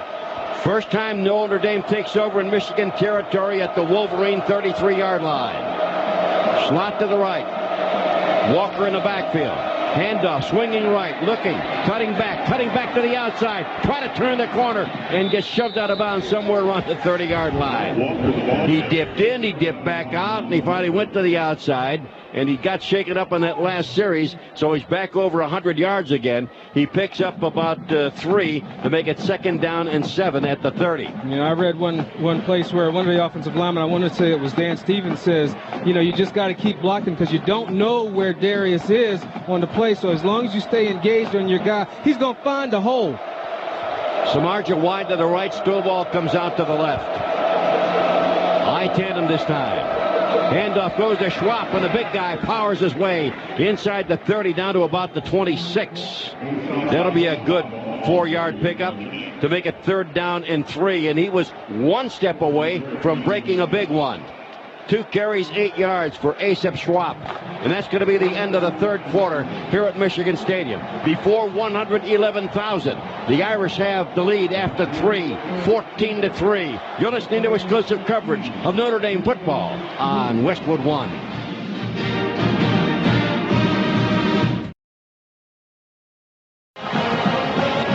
Charlie Roberts along with Alan Piggott, the numbers. Notre Dame 16 first downs, Michigan 10. Irish 84 on the ground, 131 passing, 215 total. Michigan, a little better balance, 97-90, 187 yards. 18 out of 27, 2 scores for Brady Quinn. 12 out of 26, 1 pick against Chad Henne. And let's see, 3 penalties for each team. Plays, Notre Dame had 58, 31 run, 27 pass, and Michigan had a total of 49. But Michigan in that third quarter wound up getting about 75 yards of offense, while the Irish came up with only 26. Yeah, a couple sacks, couple drop snaps. It's unfortunate that goes against your total, but that's how they keep the stats. Darius, by the way, over 100 and still not done, and brings us to this third and about 3, which I think says a lot about Notre Dame's ability to finish. Making this first down, I think, at this part of the game is crucial. Stovall out to the left. Rashawn Powers-Neal is the tailback as the Irish start the fourth quarter. Fasano steps back into the backfield. Moves in motion to the left side. The snap fumbled by Brady Quinn, and who's got the ball? The Irish may have recovered, but they lose the opportunity to get the first down. With 15 minutes remaining in the game, we remind you that the start of the fourth quarter brought to you by Geico Insurance. 15 minutes could save you 15% on your car insurance. Well, you got to wonder. A botch play, but at least they don't lose the football. They even gained a yard on the play. Yeah, but when you take over at the Michigan 33, first down and 10, it is almost imperative you come away with 7. Right. 3 is an option, but 7. This will be a 43-yard field goal, first attempt of the year by DJ Fitzpatrick. Samar to the holder. Spotted down. The kick is up. Is it long enough? It is good. It made it above the crossbar. Boy, I want to tell you, want to talk about a dying swan? Whoop. It looked like one of them Tom Lehman hooks, or I should say a draw, because watching the television, looking at the end zone view, that thing was wide of the post and it just kept coming in. I know he had to be talking to it. It didn't have a lot of zip to it. It started to curl and then split the upright. Oh, it just got by there. Got by there by the white stripe on the end of the football. Game of inches. Whoop. But Notre Dame fortunately comes out with points. I think as an offensive unit, though, I would be disappointed because, that's a time to really step on Michigan. Exactly. You hit them with 7 points, like you said. You're not going to make them feel like they're going to lose, but you deflate them a little bit. 17-3, Notre Dame. But remember, 2 Michigan touchdowns puts them right back in the ball game. And that is always within the realm of possibility with the Wolverines. Yeah. Especially with the great people they have back there. Grant Mason for one and Breston for another. Here's the kick by Gioia. High. And it's coming down. And Breston's going to take it at the 3. Outside the hash mark to the 15. Gets hit and gets knocked down at about the maybe 23-yard line. So Breston with a return stopped by Travis Thomas. And it'll be first down and 10 for the Michigan Wolverines. And they'll take it at their own 22-yard line. Well, Cheney was able to buckle him just a little bit, slow him down, and Travis coming in with the cleanup. But I can't say enough about the coverage of Notre Dame. Everybody staying in their lanes, following their assignments. Usually you do that, you make the tackle. Next Saturday, more college football action. Tennessee, Florida, Miami, Clemson. Check local listings for the game and time in your area. It's NCAA football. You're going to find it on Westwood One. Ball at the 22. One back set. Henne, the quarterback, drops the throw. Fires the pass over the middle. Pass is caught. And it's grabbed at about the 40 and knocked down at the 43-yard line is Tyler Ecker. And what a job he has done today. And he's the guy that Henne looks for when he needs that first down. Really stepped up. 24 catches last year for 255 yards and 2 TDs. But today, I think 6 or 7 catches. He's got 6 catches, and his previous career high was 4 against Ohio State last year for 38 yards against Minnesota. 21 on that play. Handoff going to the tailback. And I believe it's Max Martin, and Max Martin will bend that line of scrimmage, bring it up past the 45 to about the 47-yard line. Nope, it's Jerome Jackson. So Jackson becomes the 4th tailback used by the Michigan Wolverines today. Which I don't think you can ever have too many backs. You thought that when you were on the sideline and somebody else was taking your place. Yeah, ball's not heavy. 2nd down and 6. Older and wiser now. Avant starts in motion to the near side. Henny with a deep drop, fires the pass far side, and the catch made out there. And it's grabbed by Mike Massey. So he is dropped after gaining a couple of yards, and that's going to bring the ball up to the 49-yard line and sets up 3rd down and 4 for the Michigan Wolverines. Well, I think one of the things that Notre Dame has done effectively is keep the Michigan offense in front of them, nothing behind. You know, the first pass that they got in this series, a long one to Eckel, was a cover 2 where you got that seam wide open and it takes a perfect pass and a gutsy catch. But since then, pretty good defense. 3rd down and 4. Henny with a slot to the left, stumbles, picks himself up, looks, fires the pass, knocked down by Trevor Laws, who came charging through on the right side. And Michigan now 4 of 14 on 3rd down. That's 29%. Yeah, 29% from a team last week that was 65% on 3rd down, 11 of 17. So a little bit of a change, a little tougher defense they played against today, Tone. So with 4th down and 4, Ross Ryan again back to punt. And Zibikowski, I tell 7. You, every time I see him, he impresses me. Oh, this is a bad one, Tone. Kick high up in the air, will come down and bounces and will die at about the Notre Dame 23. That ball almost hit Mike Richardson because he had outrun the kick and it took a bounce. He never saw it because it was behind him. 27-yard punt. 17-3 Irish. This is Western One's exclusive coverage of Notre Dame football. Tony Roberts along with Alan Pickett. You know, it's been a dozen years since Notre Dame has won here. You got to go back to 1993. And it was a day unlike today because it was partly cloudy. But when Kevin McDougal took the snap and ran to the left, as Tony Rice did so many times in the championship year, and cut off the left side and raced 43 yards down the sideline for a touchdown, I knew the Irish had something special in McDougal and in that team that year, which should have won the national championship. Yeah, that's a team that beat Florida State, and I think was one of the most memorable games at Notre Dame Stadium I've ever been to. The most energy I've ever experienced at Notre Dame Stadium was that Florida State game. And you missed Miami of Florida? Yeah, I was playing at the time, so okay, I couldn't. I was working that day. But, you know, what's interesting about that game, Alonzo Highsmith was on the team with me. And before the game, there was a big fight in the tunnel. And Alonzo Highsmith, when he saw them fighting in the tunnel, he said, uh-oh, Notre Dame came to play. Because for so many years, Miami would be so disrespectful in pregame that was the first time that Notre Dame fought back. And Alonzo Highsmith knew that day that Miami was in trouble. And sure enough, Notre Dame went and won that game. And what a great career for Kevin McDougal, one of my all-time favorite Notre Dame quarterbacks. And on that team was Lee Beckton, who's my favorite running back in Notre Dame history. 1st down and 10 for the Irish at the 23-yard line. 12 minutes and 6 seconds left to play in the game. Notre Dame by 14. In motion, John Carlson, the tight end. Handoff. Fumble on the play. Who's got the ball? Irish or Wolverines? Michigan recovers. So Notre Dame with a fumble for the first time in 28. It's about 30-some quarters that they've given up the football. And it was unfortunate. Michigan was right there at the point where the handoff occurred. So you want to have a clean exchange on the, but there were people flashing right away. And Darius really never had a chance to set his feet or anything. You still shouldn't fumble. But a big break for Michigan.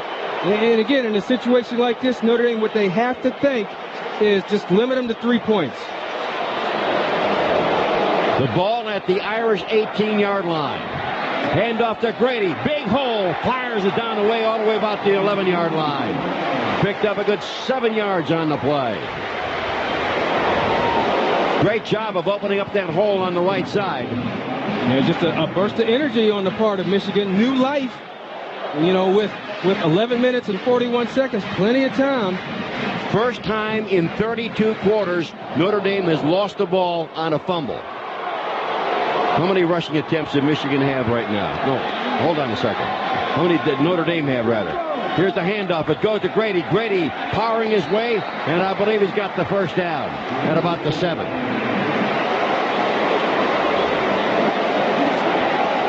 .234 and 80. That's 314 running plays, and before Notre Dame lost the fumble on a rushing play. Well, I wish it was 40 carries ago in the Pittsburgh game in the fourth quarter that they had lost the fumble. So it is first down and goal to go for the Michigan Wolverines, with 11:10 showing on the clock. Grady, the tailback, gets the handoff. And he gets slowed up out there at the 5-yard line. Got slowed up by Corey Mays, the linebacker, who shot into the backfield. Gain of about 2. Second and goal to go from the 5. Michigan is gaining, but, I love the fact that they're sitting here doing these little runner plays up the middle, because they got to get in the huddle and call the play and change personnel. And all that takes time off the clock, and it allows the Notre Dame defense to rest up. And as you get closer to the goal line, it gets a little tougher to get those 2 and 3 yards. Avant to the far side. Merringham to the near. Reston in the slot. Grady the tailback. Gets a handoff. Fumble on the play. Who's got it? I believe Grady recovered his own fumble at the 5-yard line. So now we come up with the ball at the 5 and a hash mark on the left side. Third down and goal to go from the 5. Into the game, Mike Massey, as Doug Dutch comes out. So Michigan going for another tight end in there. Yeah, and I think Notre Dame probably has to come with some type of blitz, put pressure on Chad Henne, make him throw that thing away. The guy got to watch on the left side is Tyler Ecker. He's been the favorite target of Chad Henne today. Rolling to the right, looking to throw, being chased. Fired the pass. It is out of the end zone, incomplete. Good pressure put on by Brian Bidach. It was intended for Jason Avant, but Bidach, the senior out of Milwaukee, Wisconsin, in hot pursuit of Chad Henne. And now with fourth down and goal to go at the 5, the Wolverines have no recourse but to go for it. Right, and Chris Fromm was another person who was running down. Had to run a long way, but when you run, you want to holler a little bit so the quarterback hears you, so he knows you're close, and make him think that he's got to get rid of the football. Fourth down and goal to go from the 5. Dutch out to the far side. Reston in the slot. Event wide to the left. And timeout has been called to stop the clock with 9:34 left. The score remains Notre Dame 17, Michigan 3. This is Westwood One's exclusive coverage of Notre Dame football. 9:34 left to play in the fourth quarter. Notre Dame 17, Michigan 3, but the Wolverines capitalizing on a fumble recovery by Rondell Biggs at the 5-yard line of Notre Dame. And right here, Tony, 4th and 5, there's a lot of things you can do. I think that, for one, he's going to look at his favorite target this game, which has been Tyler Ecker, because he's a big body at 6'6". But another thing they can do is crisscross the tight ends. I don't see 2 tight ends in there, just one. But, you can, there's not 2 backs, so you don't have to worry about play action. But Ecker lines up on the right side this time. Last play he was on the left side, Alan, and they rolled away from him. So watch for Ecker now. Henne with Jerome Jackson in the backfield as the tailback. Slot to the right, split into the left. Throwing for Avant. They throw the fade, incomplete, out of bounds. That's my unfavorite play, but right now it is my favorite play of the game. You know how much I hated the fade. Yeah, well, the fade is a great play with a real tall receiver. Right. Avant is 6'1", so he's on Ambrose Wooden at 5'11". That's not that much of a height difference. And as a defender, you just want to play the football. But there was no chance for either one of them to catch that because that was thrown too high and too wide. And Notre Dame, the defense gets the job done, and the Irish take over 1st and 10 at their own 5-yard line. Quinn sends his fullback. Schwab in motion to the far side. Drops back into the end zone. Looks to throw. Dumps it off. Taken out there by Rashawn Powers-Neal coming out of the backfield, and he brings it up to the 15. Very close to a first down. I got to tell you something, Tone. It takes a lot of courage after you've just taken the ball back over to stand in your end zone and throw that football out. Great blocking by the offensive line. Brady could just stand in there, and it was a slow developing play. They had to fake to Rashawn Powers-Neal, didn't wait for him to get in this pass route and throw it to him. Irish using their elephant backfield. Handoff goes to Powers-Neal off the left side, spins out of a tackle and drives for the first down. He had 2nd down and maybe about a foot to go for the first down.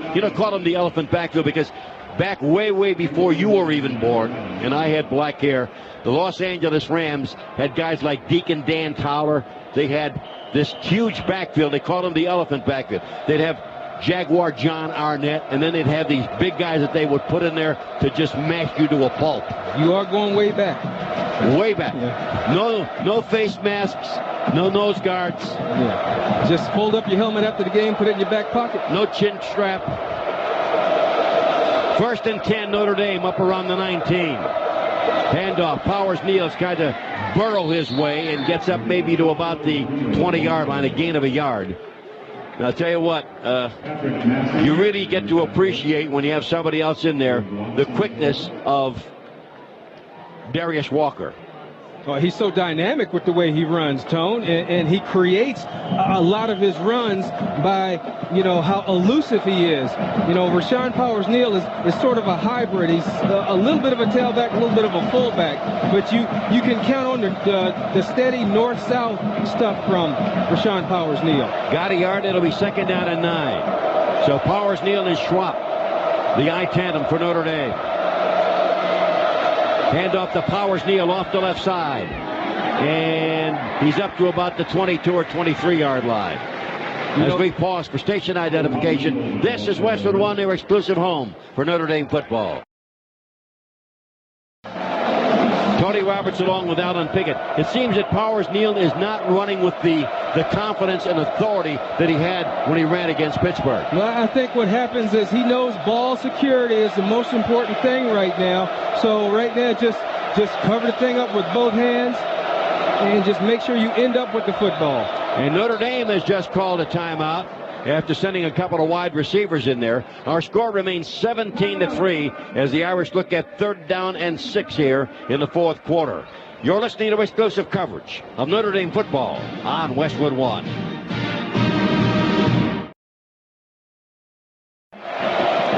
Third down and 6.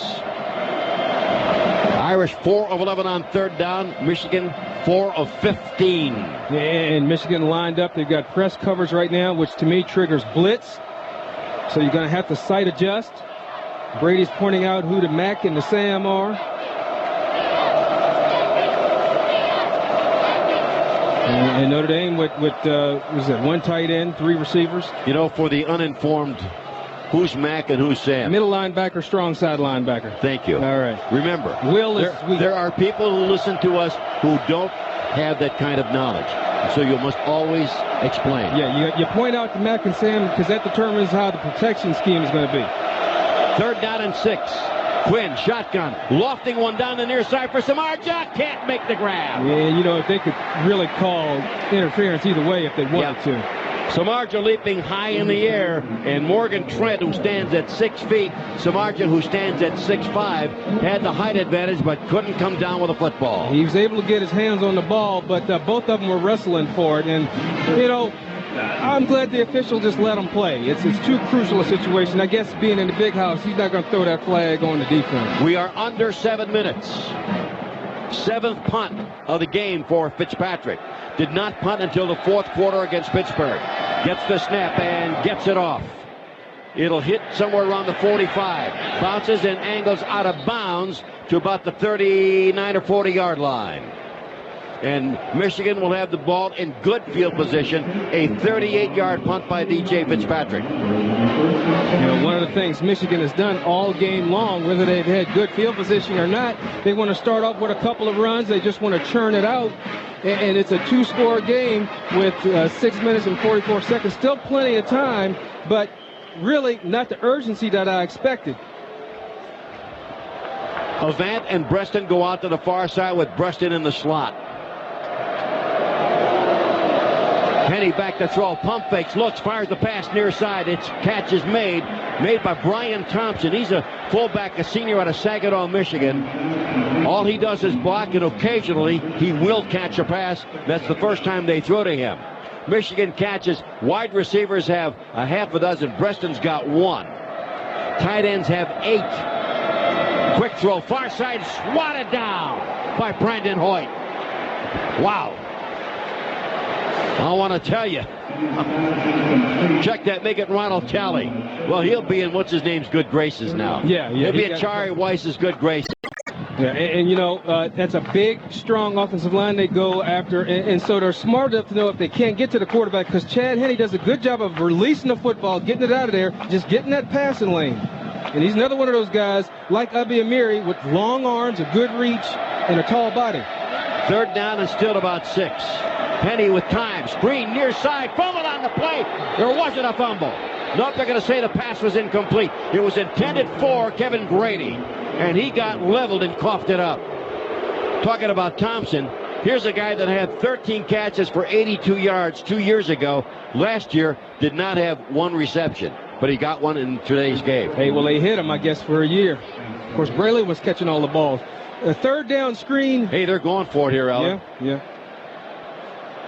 I think, Notre Dame had success on their screens because they ran them when folks didn't expect them to. Third down, running a screen is almost like saying we're not going to make it. Fourth down. 5 yards to go for the first down. Penny back to throw. Sets up, fires the pass. It is caught by Avant at the 40, down to the 35. He's got a blocker. He's down to the 10. He's knocked out of bounds somewhere around the 1 yard line. That pass almost got intercepted, but Michigan came up with a big play on 4th down and 5 when they had to have it. Well, there was a great individual effort by Avant to go after the ball and claim it as his. Almost intercepted, like you said, but then after the catch, that's the urgency I was looking for from Michigan, and that played good for 54 yards.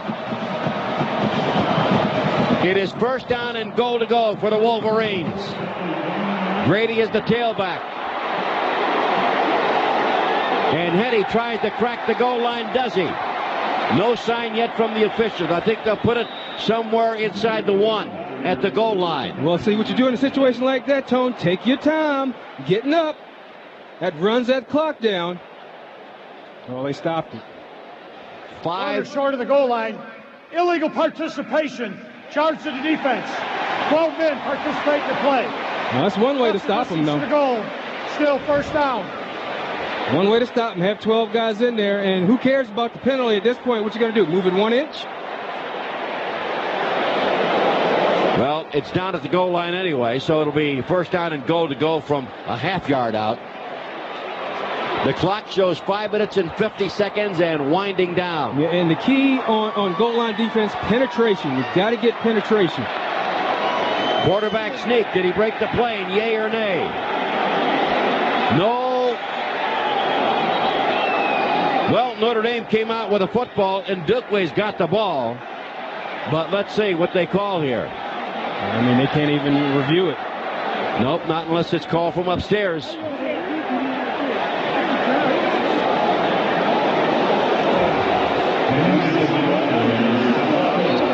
Penny, the ball carrier. Runner is ruled down. Down by contact. Second down. How did he get ruled down? Oh, the ball's on the ground, Tone. It came up. Certainly. It came up and then... That's the one. That one should have been reviewed from upstairs. Well, maybe. Well, there's the whistle now. Play is under review. I do not going to like that. There was a bad center exchange. The ball ricocheted off of Chad Henne's hands, came back down into the ground. There's a scramble for it, and Cheney runs out of the pile with it, but Obviously nobody would listen to him. No one, the officials can't do anything about it, but he's reaching in there, as we can see right now, and he'll come up with a loose football. Michigan did not have possession. Now, Henne's knee may have touched the ground. But Henne didn't have possession of the ball. That's what's going to have to be determined by the replay official and the referee or whoever. But if they give it over to Notre Dame, you better get a police escort for these officials. Remember, the Irish lost one yesterday, or last week, lost the first one, got the second one. And let's hope that history repeats, because history has a tendency to do that. Yes. I'm a big fan of history.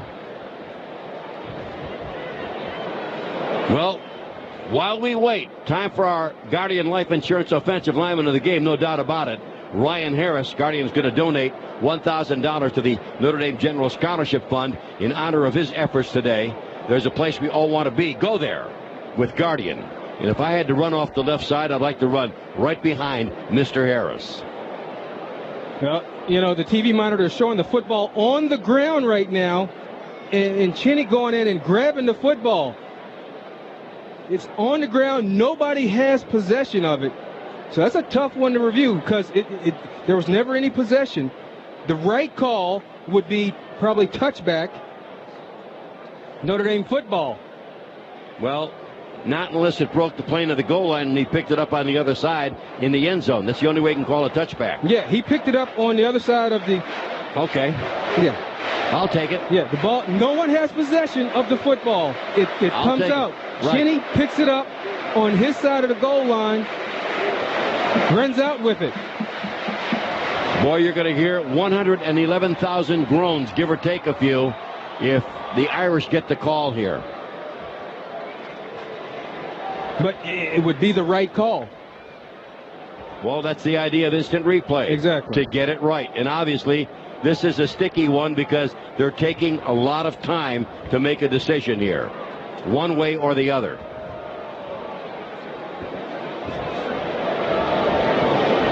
Meanwhile, Michigan continues to send in substitutions. Brian Thompson, who caught his first pass in 2 years, has come into the game, and coming out is Carl Tabb, who's a wide receiver. Now, Michigan has... Following the review, indisputable video evidence shows the runner fumbled the ball prior to the goal line. The ball was recovered before any whistle. We have a touchback, Notre Dame. Boy, there's a big one for you. History repeats itself, and the Irish get the call. And it was the right call. If I have enough time to look at the replay. Oh, there they go. The bottles come out in the field now. Yeah. That's not like Michigan. Don't do that, Michigan fans. Well, as if that's going to change the call. Right. Could get them Notre Dame 15 more yards. Exactly. It'd be unsportsmanlike conduct. In the first place, play should not resume until that trash is cleared up out there. And that's exactly what... Please assist with the field. I thought he was going to say assess a 15-yard penalty for unsportsmanlike conduct.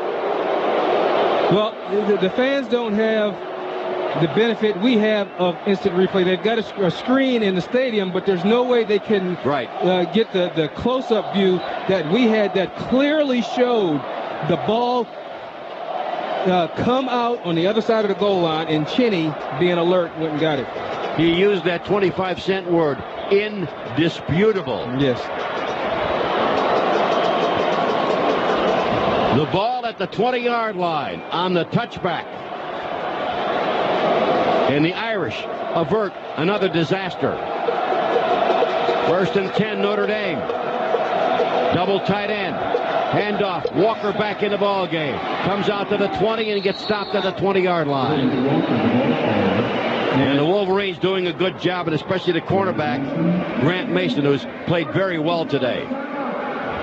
I believe Michigan has called a timeout to stop the clock with 5 minutes and 13 seconds remaining. The score is Notre Dame 17 and Michigan 3. You're listening to exclusive coverage of Notre Dame football on Westwood One. Time now for our Wrangler New Generation Player of the Game, and that goes to Darius Walker, 24 carries, 97 yards. Sophomores are Wrangler New Generation Player of the Game, brought to you by Wrangler Jeans Company, a new generation of Wrangler. And he's not done yet. He's going to get a chance to touch the ball a few more times just to try to run the clock out. Samardzija goes wide to the left as they break the huddle. Carlson in a tight end on the right side. Actually, he's a wingman on the right side outside Pisano. Itatum again for Notre Dame. Play action fake. Quinn to throw. Rolls to his left. Being chased and is going to get sacked. And let's see if they call it a fumble. He was down back at the 20-yard line. Well, that'll get reviewed again because the ground cannot cause a fumble. They did call it a fumble, but the ground cannot cause a fumble. Exactly.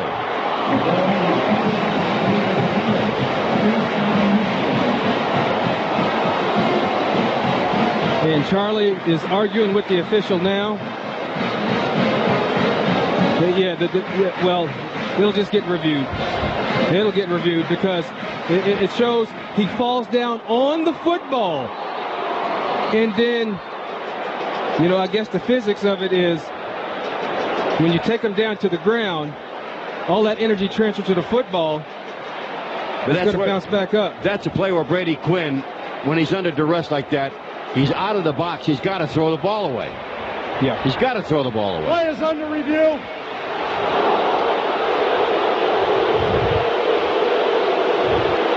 Well, I mean, if the fans are mad, they can only be mad at themselves. They put instant replay in last year, Big Ten. Well, we'll have another look. Here's Quinn rolling out to his left, tucks the ball under his arm, and hits the ground, and then the ball comes out. One of the things I always relied on when I was running a football is ground can't cause a fumble. So that's the NFL version. Yeah. Dave Harris was the man, the senior linebacker out of Grand Rapids, who pounced on the ball after Grady coughed it up. Well, 17-3, and for a game that started out as picture perfect as anyone could ever imagine, it has kind of turned into errors on both sides. Yeah, and the errors come because guys are trying so hard. And sometimes when you're trying hard, you forget your technique. You got to bring your technique to the party. And remember my opening statement. A very successful, wise coach once said, "You're never as good as you think you are when you win, nor as bad as you are when you think you lose." I'd rather... Joe Paterno. Yeah, I'd rather win and think I'm bad. Our Sylvania player of the game, credit goes to Jeff Samardzija. Our Sylvania player of the game. Sylvania will donate $1,000 in his name to Make-A-Wish Foundation. Sylvania, see the world in a new light. Well, the officials are getting a chance to watch a lot of television this afternoon, along with officiating this football game. But the things happen so fast. Here it comes. Following the review, indisputable video evidence. The runner's knee is down. Third down. Oh, 2 for Notre Dame, 1 for Michigan, and bottles all over the field. They're plastic, of course. Well, they should get the flag this time, the penalty this time. They didn't. The reason the bottles came out is because the officials didn't take control of the situation. You got that right. No different than discipline your children. Sometimes bigger children have to be disciplined. Yes.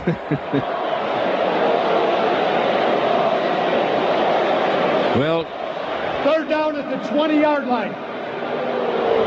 5th sack for Michigan after Notre Dame gave up no sacks last week against the Pitt Panthers. 5 sacks for minus 29 yards. But some of those could have been avoided by Brady Quinn. Yeah, that's one where you want to try and throw the football away. I got to tell you, Michigan, fast pursuing defense, yes. and sometimes you think you can raise the ball up and throw it, and they're on you. Slot to the right, split end to the left. One back set. Samardzija starts in motion. Back tracks to the near side. Handoff goes to Walker, cuts back, and Darius is stopped after a gain of 1 or 2. Gets up to maybe the 22-yard line. picks up 2. Timeout, Michigan. So the Wolverines call another timeout. They have 1 remaining. They've used up 2. Last time Michigan did not score a touchdown at home, 1995 against Purdue, a decade ago. Right now it is 17-3. And the Irish, like the perils of Pauline and Pauline's, just hanging on the edge of that cliff with their little fingernails. Notre Dame's dodged a couple bullets here. No doubt about it. But Notre Dame has played hard. And that's, that goal line play is a true example of continuing to play hard, never giving up, because you never know what's going to happen. The defense has played very, very well, and the special teams have played well. Yeah, because having to cover this cat back here, Breston. That's difficult. 8th Notre Dame punt. Michigan has punted 8 times. So Fitzpatrick and Russ Ryan have gotten their works out. Here's the kick. Line drive, returnable. Breston's got a chance. 35. Gets up to the 40. Gets to the 50 and gets dragged down at about the 50-yard line. Good job by Notre Dame. 43-yard punt and a 15-yard return. But I'll tell you, that kick, low line drive, returnable, you could see it. And the gunners for Notre Dame were not able to get downfield as quickly as they would have liked. But what they did was they kept outside contained. Breston is a dynamic runner once he gets outside and gets beyond his wall. But if you just limit the field that he has to run to into the middle, there's a lot of sharks in there. And he's not one big character. You run in the middle, boy, and somebody's flying. Makes you a little tentative. Each team has 1 timeout remaining as Michigan takes over at midfield. Breston starts in motion. Penny looking to the left, looking to throw. Fires the pass. He's got Avant. Avant makes the grab down at the 33 or 34-yard line. A good pickup on the play of about 17 yards. Yeah. The 5th catch of the game for Avant. One of those timing routes they throw a lot in the pros. The quarterback drops back on his 7-step, delivers the ball. Wolverines going no huddle here. Penny again. Flushed out of the pocket, fires the pass, knocked down. Great job by Corey Mays, who was right on the tail of Tyler Ecker and got his right hand on the ball. And that's tough to do because you can't touch the guy. You got to run step for step, and at the last second, you got to veer off course and come in front of him. And Corey Mays did a good job of that with excellent speed, not touching the guy. It has to almost go through him, but able to bat the ball down. 4:12 left to go in the game. Breston to the right. Avant in the slot. Wide to the left. You got Merringham. Check that. Make it Doug Dutch. Here's Henney firing the pass right through the hands of Tyler Ecker, and I think Ecker might have heard the footsteps of Tom Zibikowski. Well, Chad Henney had to let go of that ball sooner than he wanted to, sooner than Ecker broke, because Notre Dame came with a blitz, and Cheney took a shot, but he got rid of the ball, but it was before the tight end could really locate it. The ball at the 32-yard line of Notre Dame. It is 3rd down and 10 for the Wolverines. Breston, Avant, wide receiver and slot, respectively, out to the right. Michigan stays true to form. They'll run a screen right here. 1 back set. It is Kevin Grady. Breston starts in motion. Here is Henney under pressure, fires a pass, and it's caught by Ecker, and he's down at the 25-yard line. A great job by Henney. He was in the grasp, still managed to get that ball to the tight end, who now has 7 catches on the day. A gain of about 7. It'll be 4th down and 3, and Michigan has just used its final timeout to stop the clock with 3 minutes and 53 seconds left in the game. Well, it's a situation where they have to take that timeout because they can't come up short on this 4th down. Game is over if they do. And so now they've got to come with a game plan on 4th and 3. I think they still try to look for the tight ends. Well, remember, the last time they had 4th and 5, they came up with a play that went 54 yards on a pass to Avant. Yeah, I mean, Michigan has become receiver U in some respects, that the receivers are always good guys to look to in this situation. I like the tight ends in this situation because they're a big body. You don't have to run a long route. There's usually a mismatch. You either got the strong safety or a DB or a linebacker, which the tight end should win that battle most of the time. I like the way the linebackers have played the tight ends very aggressively, gotten their hands in a position where no penalty is called against them and knocking the ball down, making it an incomplete pass. Well, I mean, you credit Rick Mentor because he not only is a defensive coordinator, he's the linebacker coach. You know, and a lot of that is getting in the correct position. Right. And having an expectation of what plays are going to be run. And a lot of it's like pull to angles. Yeah. Especially in the pros. It is a game of angles. All right, here's Jackson back in for 4th down and 3. Jerome Jackson, Jr. out of Saginaw at tailback. 4th used by Michigan. He's been in the game before. Man in motion, Dutch comes to the left.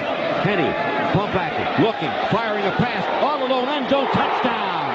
Mario Manningham gets the score. A 25-yard touchdown pass from Henny to Manningham. Manningham, a 4.39 40 guy, had to be a bust in the secondary because he was behind everybody. You know, one thing Chad Henne did was sprint to his right. The ball was thrown back out to the left, so it had to be a bust in the secondary. So Manningham with a touchdown, and that closes the gap to 17-9. We've got 3:47 left to go, and this one is not over by a long shot. Garrett Rivas for the point after it's up, and it's good. And it's now 17-10, and the Wolverines one possession away from tying it up, or maybe even going out in front. Well, you know, Michigan was going to keep the pressure on. That's what they do. Even last year, Notre Dame was up, 28-12, and Michigan made a late run. Right. With a touchdown pass to Preston to cap the game. I believe it was a 25-yard touchdown pass as well. Right, and so they're going to keep fighting. So and Notre Dame was sort of in a defensive mode on offense. Now they've got to regain their composure and come back, be aggressive, get a first down. I do not expect an onside kick in this situation because there's plenty of time left.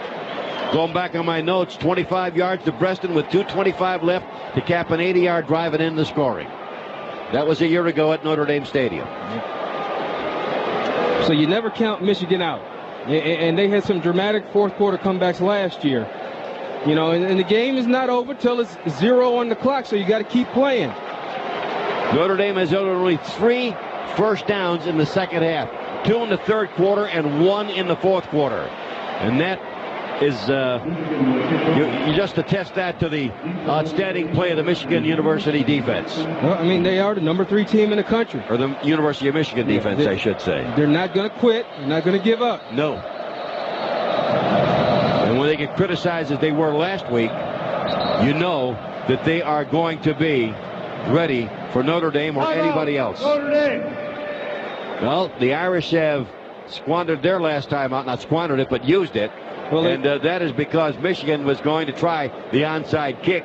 And I guess special teams coach wanted to make sure everyone knew what their job was, what they were supposed to do. Well, Notre Dame was set up for a regular return. Yeah. And so if they're going to line up and show onside kick, then you got to get the hands team in there. And you put one guy back deep, but now you've got 10 guys evenly spaced over a 10, 15-yard area of field where they're going to kick the ball. There's really too much time to try an onside kick right now because your odds of getting the ball in an onside kick are low. And if you don't get it, then you're giving Notre Dame the football at midfield. So the Irish come back on the playing field. They've got their hands team out there. That means the wide receivers, the tight ends. Samardzija on this side. Fasano, Zibikowski, Carlson, Shelton, Stovall, and one deep man, David Grimes, the freshman. And they've got 2 kickers, so you don't know which way it's going to come from. Here's the kick, high and deep, will go into the end zone, and the Irish will take it out at the 20-yard line, which I think was the good play. Yeah, as you say, you know, the odds of you getting the ball on the onside kick are minimal. plus the fact that if you don't get it, you've given them good field position. And so, I mean, you practice these situations during the week. 3 minutes left. You're ahead by 7. You got to get 2 first downs. Michigan has no timeouts left. So you focus your attention on getting the first down. Michigan has put the clamps on Notre Dame's defense.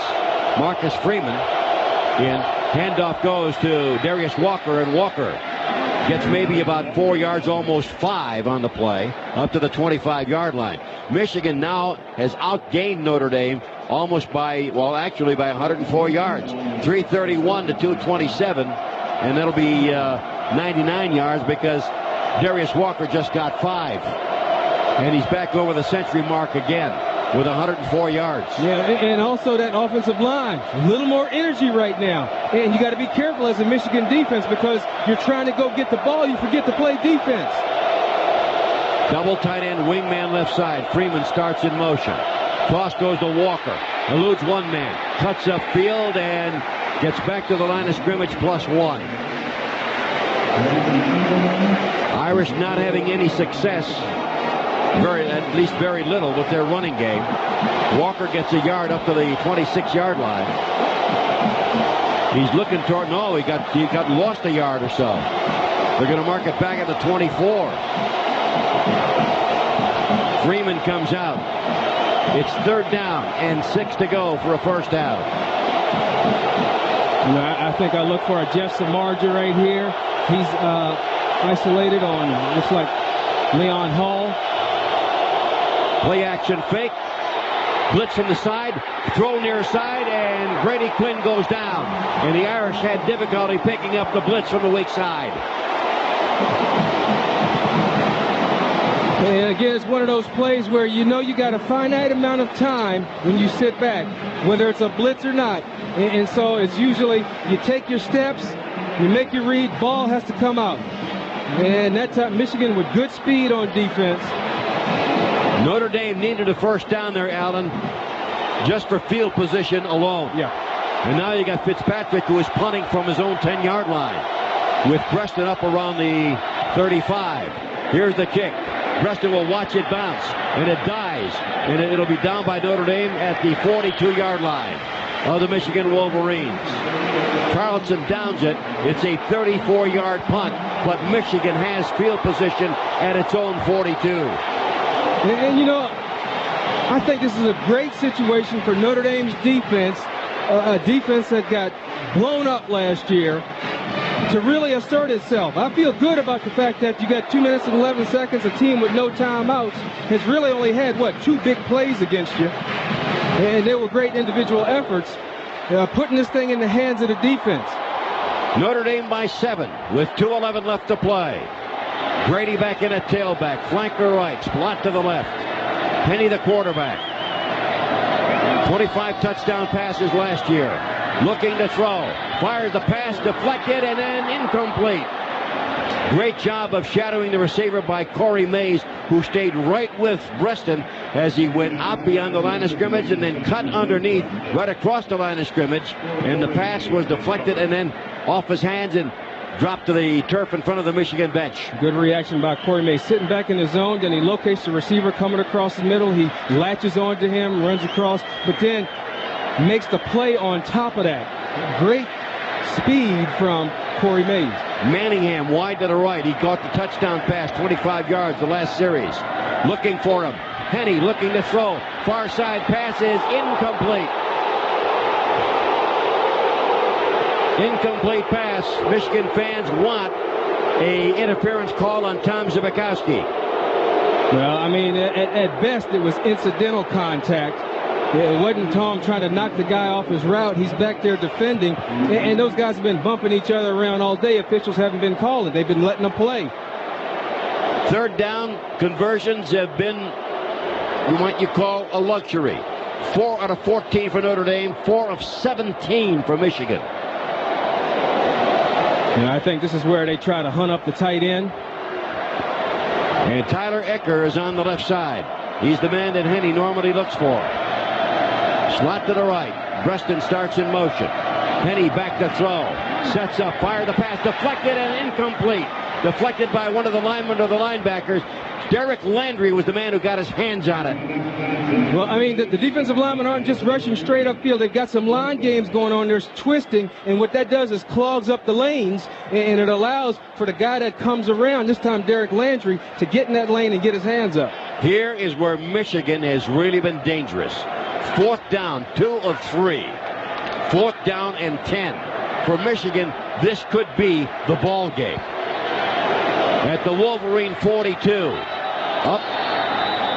Was it offside Notre Dame, or did Michigan draw the defender? Ball start, 72 offense. 5-yard penalty. 4th down. 72 would be Reuben Riley. And a 6'4", 311-pound senior tackle out of Grand Rapids, Michigan. You know, they've had to go 3 deep at that position. Jake Long out. 76, I'm not going to pronounce his name again. Tolochi. Thank you. 4 penalties for each team.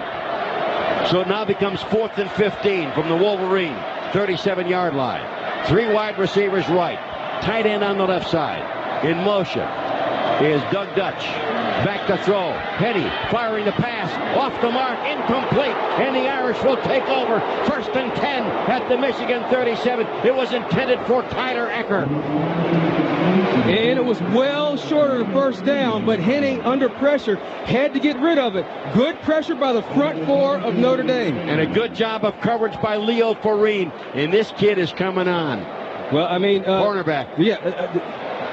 Can go nowhere but up, Tone, with the DBs, because after last year, I mean, they were getting torched. But Farine, Ambrose Wooden, Mike Richardson shown great promise thus far. And I love to hear you say this next word. Genuflect, we're going to church, folks. As Brady Quinn goes down to one knee, and the Irish go into the genuflect offense. Michigan used up all its timeouts. Can't stop the clock. The seconds tick away. Right now we have 90 before this one is over, and Notre Dame has come up with its first win in Ann Arbor since Kevin McDougal and the Irish of 1993. And you know, the thing they did, they came in, they really asserted themselves. They know they have to run a play, too, Tom. Handoff. Rashawn Powers-Neal powers his way all the way down to the 30-yard line. You get about 7 yards on the play. Don't want the 1st down. That'll stop the clock. See, now we're getting greedy. I said we don't want the 1st down. Yeah, because we want the clock to run. We want that clock to run. Yeah. It'll be 3rd down and still about 5 to go for the 1st down. But, you know, the offense sputtered today, okay? Yeah. Charlie Weiss does not walk on water. We know that. And this was going to happen sooner or later. And Michigan has always given Notre Dame fits, whether they play at South Bend or here in the Big House. Handoff to Rashawn Powers-Neal, and he gets inside the 30 down to about the 28-yard line. And that should be it. Notre Dame should not have to run another play, I believe. Right. This game is going to be over. And the Irish are going to pull off an upset for the 2nd straight week. Yep, they weren't ranked last week, but they got to number 20. And after Pittsburgh's performance last night against Ohio U, well, look who they beat. They beat Pittsburgh. Well, folks, they just validated that victory by beating Michigan in the Big House. Final score, Notre Dame 17, Michigan 10. We'll have the Channel Lock postgame report when we return. You're listening to exclusive coverage of Notre Dame football on Westwood One.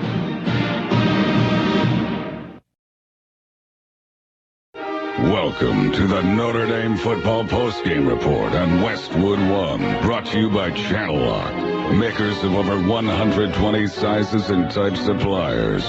Channel Lock, get a grip. Once again, here's Tony Roberts and Alan Pinkett. Alan, I'm not demeaning Charlie Weiss in his play calling. You know what? Charlie can call all the plays in his repertoire. If you don't execute, they don't work. It's just that simple. And he's told everybody that. I call them, they execute them, or they don't. And that's just the way it is. But what a job by special teams and especially by the Notre Dame defense. Defense, which a lot of people didn't want to give a lot of credit to, thought that folks were just going to score tons of points on. Defense, though, has a lot of pride, and Rick Minner has done a great job of reforming that defense, giving those guys confidence so that when the game is in their hands, they can come up with some plays. And you can't say enough about Bill Lewis and his coaching the cornerbacks and the defensive backfield. All those. And I tell you, Tone, there is nothing more satisfying than coming into somebody else's house and taking it over. I always, when I played, enjoyed that more than when I played at Notre Dame Stadium, because it's an obstacle, it's a challenge that's even greater than playing at home. You come on the road and beat somebody in their own house, take it over. That's something to be proud of. And you know, maybe the focus won't be on Charlie Weiss anymore, which he doesn't want the focus on him. He wants to focus on his players, not on him. Right, and these players are hungry, too, and they're hungry for the knowledge that he's passed on to them, as well as the rest of the coaches, and they're hungry to prove to a lot of people that they are a legitimate football team. They are. They've just proven it this afternoon. As we look at today's final stats, brought to you by Consort Air Care for Men. Hairsprays and gels guaranteed to give you a great hold without getting a 15-yard penalty. First downs, Notre Dame 17, Michigan 15. How do you get more first downs than the team that got more yards than you? 104 yards rushing, 140 passing, 244 total. Offense was almost non-existent in the second half, but the defense was magnificent. 337 yards for Michigan, 114 rushing, and boy, when you hold Michigan to 114 yards rushing in their home field, that's something else. 223 passing, 337 total. Henny, 19 out of 44, 1 touchdown pass, 1 interception. Brady Quinn, 19 out of 30, and had 2 touchdown passes. Notre Dame lost the ball once on a fumble. Michigan lost it once on a fumble and a pass interception. Each team with 4 penalties. Notre Dame for 21. They improved in that category. Michigan for 29, and 74 plays for the Irish to 73 for the Wolverines. Notre Dame came out of the block 76 yards for a touchdown. Quinn to McKnight, who got hurt later in the game, 5 yards to go 7-0, 2:58. Rivas came back with a field goal at 38 yards in the second quarter, 7-3. Quinn came back with a touchdown pass on a deflection to Samardzija to cap a 72-yard drive, 14-3, 4:24 left in the first half. In the second half, Fitzpatrick, a 43-yard field goal that just beat the crossbar, 17-3, 14:11 left to go. And then Henny to Manningham on a 4th down play, 25 yards to make it 17-10. That's the way she wound up. That's our final score. This is Westwood One's exclusive coverage of Notre Dame football.